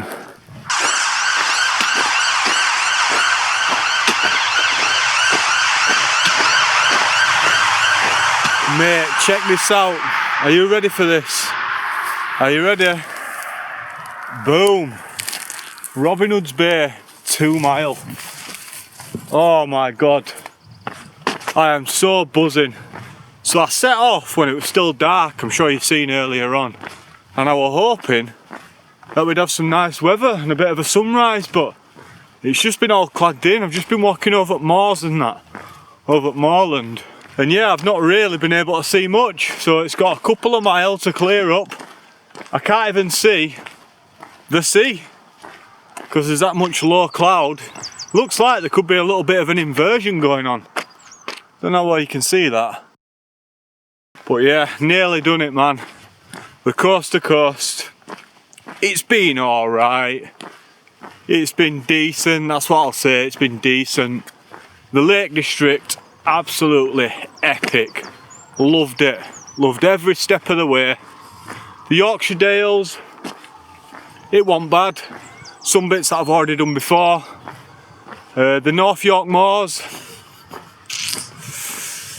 I'd be lying if I said yesterday was quite a boring day. I think it's because it's just a vast open landscape, and as you're walking for like hour after hour, not a lot changes around you. There were those first few bits where there were like 4 different hills, which were quite decent, but once we got up onto the top, onto the moors, yeah, it was just a little bit repetitive. I think I said it before, it's just not very stimulating for me. I like something a bit more scenic, a bit more rugged. But anyway, we're getting it done. And if you're into hiking, if you're into any sort of long distance hiking, then I definitely recommend you get it done. it's just one to tick off, innit? It's got to be done. And then on those couple occasions where it has been a bit boring, seemed like a bit of a slog, I remind myself why I'm doing it. And I'm doing it for Buckley, who passed away a week before I set off on the trail, or the previous week to when I set off. So I'm doing this for you, brother. It's one of them where he was only 42 years of age, man. That is no age. I won't go too deep on it, but I don't remember a time in my life like meeting him, as in like I've always known him. So he used to babysit for me, so I might have been like 6, 7, he'll have been 16, 17. Do you know what he introduced me to as well? GTA. And I don't mean GTA as we know it now, I mean GTA 1 and 2.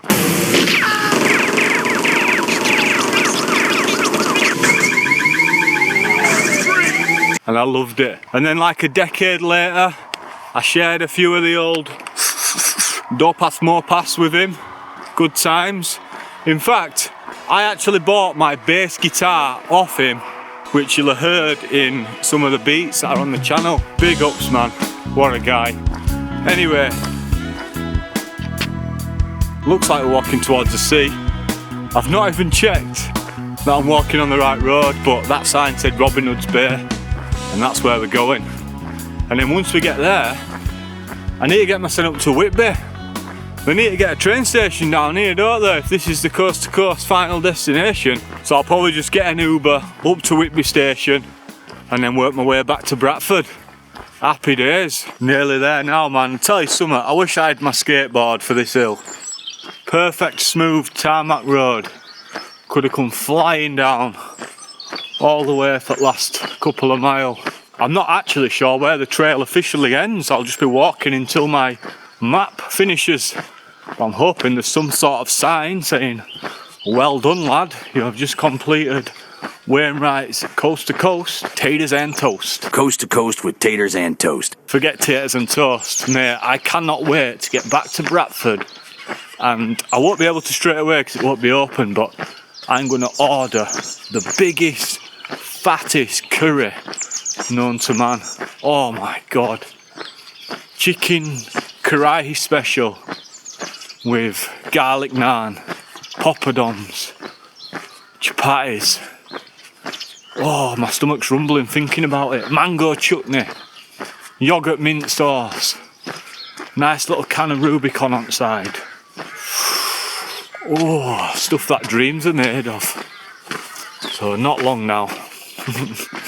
I expect to see Wainwright down there at the finishing line. I think they need to build some sort of like hologram down there at the finish line of Wainwright. So it just pops up like Yoda and Ben Kenobi and Anakin at end of Return of Jedi. Robin Hood's Bay. 3/4 of a mile. Oh, we're gonna get flattened by a bus. Imagine not making it, going this far and getting flattened. 3/4 of a mile before the finish line. Here's a question for you as well, hopefully someone can help me out in comments. Why is it called Robin Hood's Bay? Is it the same Robin Hood as in like Little John's mate and that, Friar Tuck and all that mandem? You'll have to let me know in comments because I've not done my research. I keep getting it wrong way around me. Been telling people I'm heading to St. Bees. Bloody hell, it's 200 miles in wrong direction. That's sick, innit? Don't make cars like that anymore, do they? Bonnets open, no cock. And before we get down there, I just want to say a massive thank you to all those that watch these videos continuously. Honestly, the support is unreal, and I certainly wouldn't do it without you lot.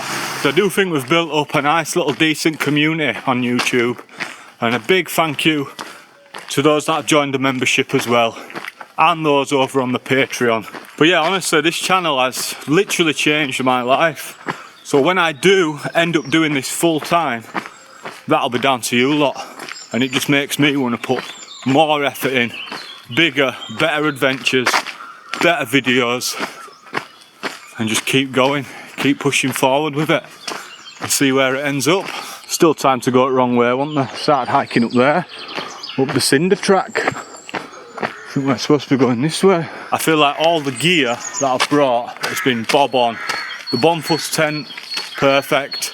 The Atom Packs Pulse, they are spot on. I have never had to think about my bag, if you know what I mean, and that is a good thing. If you can just chuck it on and forget about it, then that means the bag is doing its job.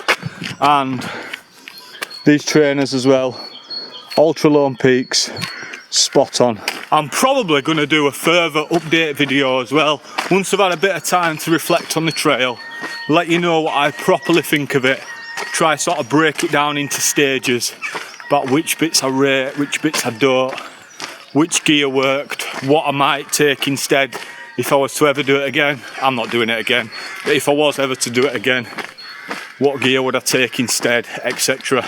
Any tips or hints that I may have. Big shout out to the knees as well, because they've been golden.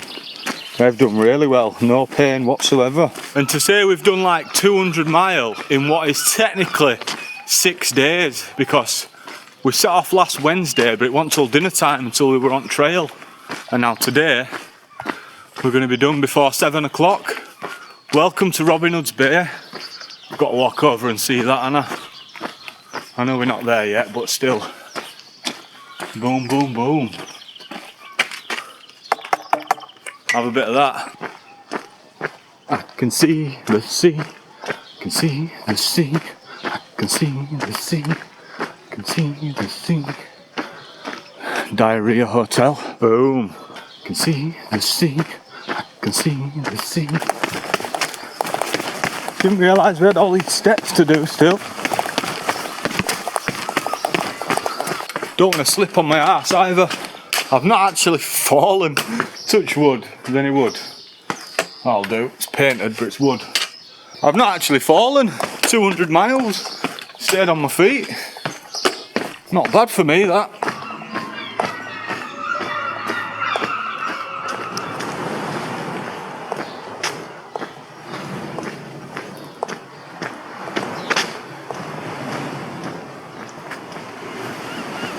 The end. Boom. Boom shanker.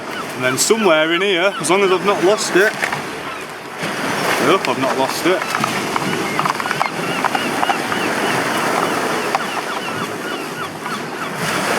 There it is. That's my pebble that I took from the Irish Sea. So Buckley, this one's for you. Rest in peace, brother.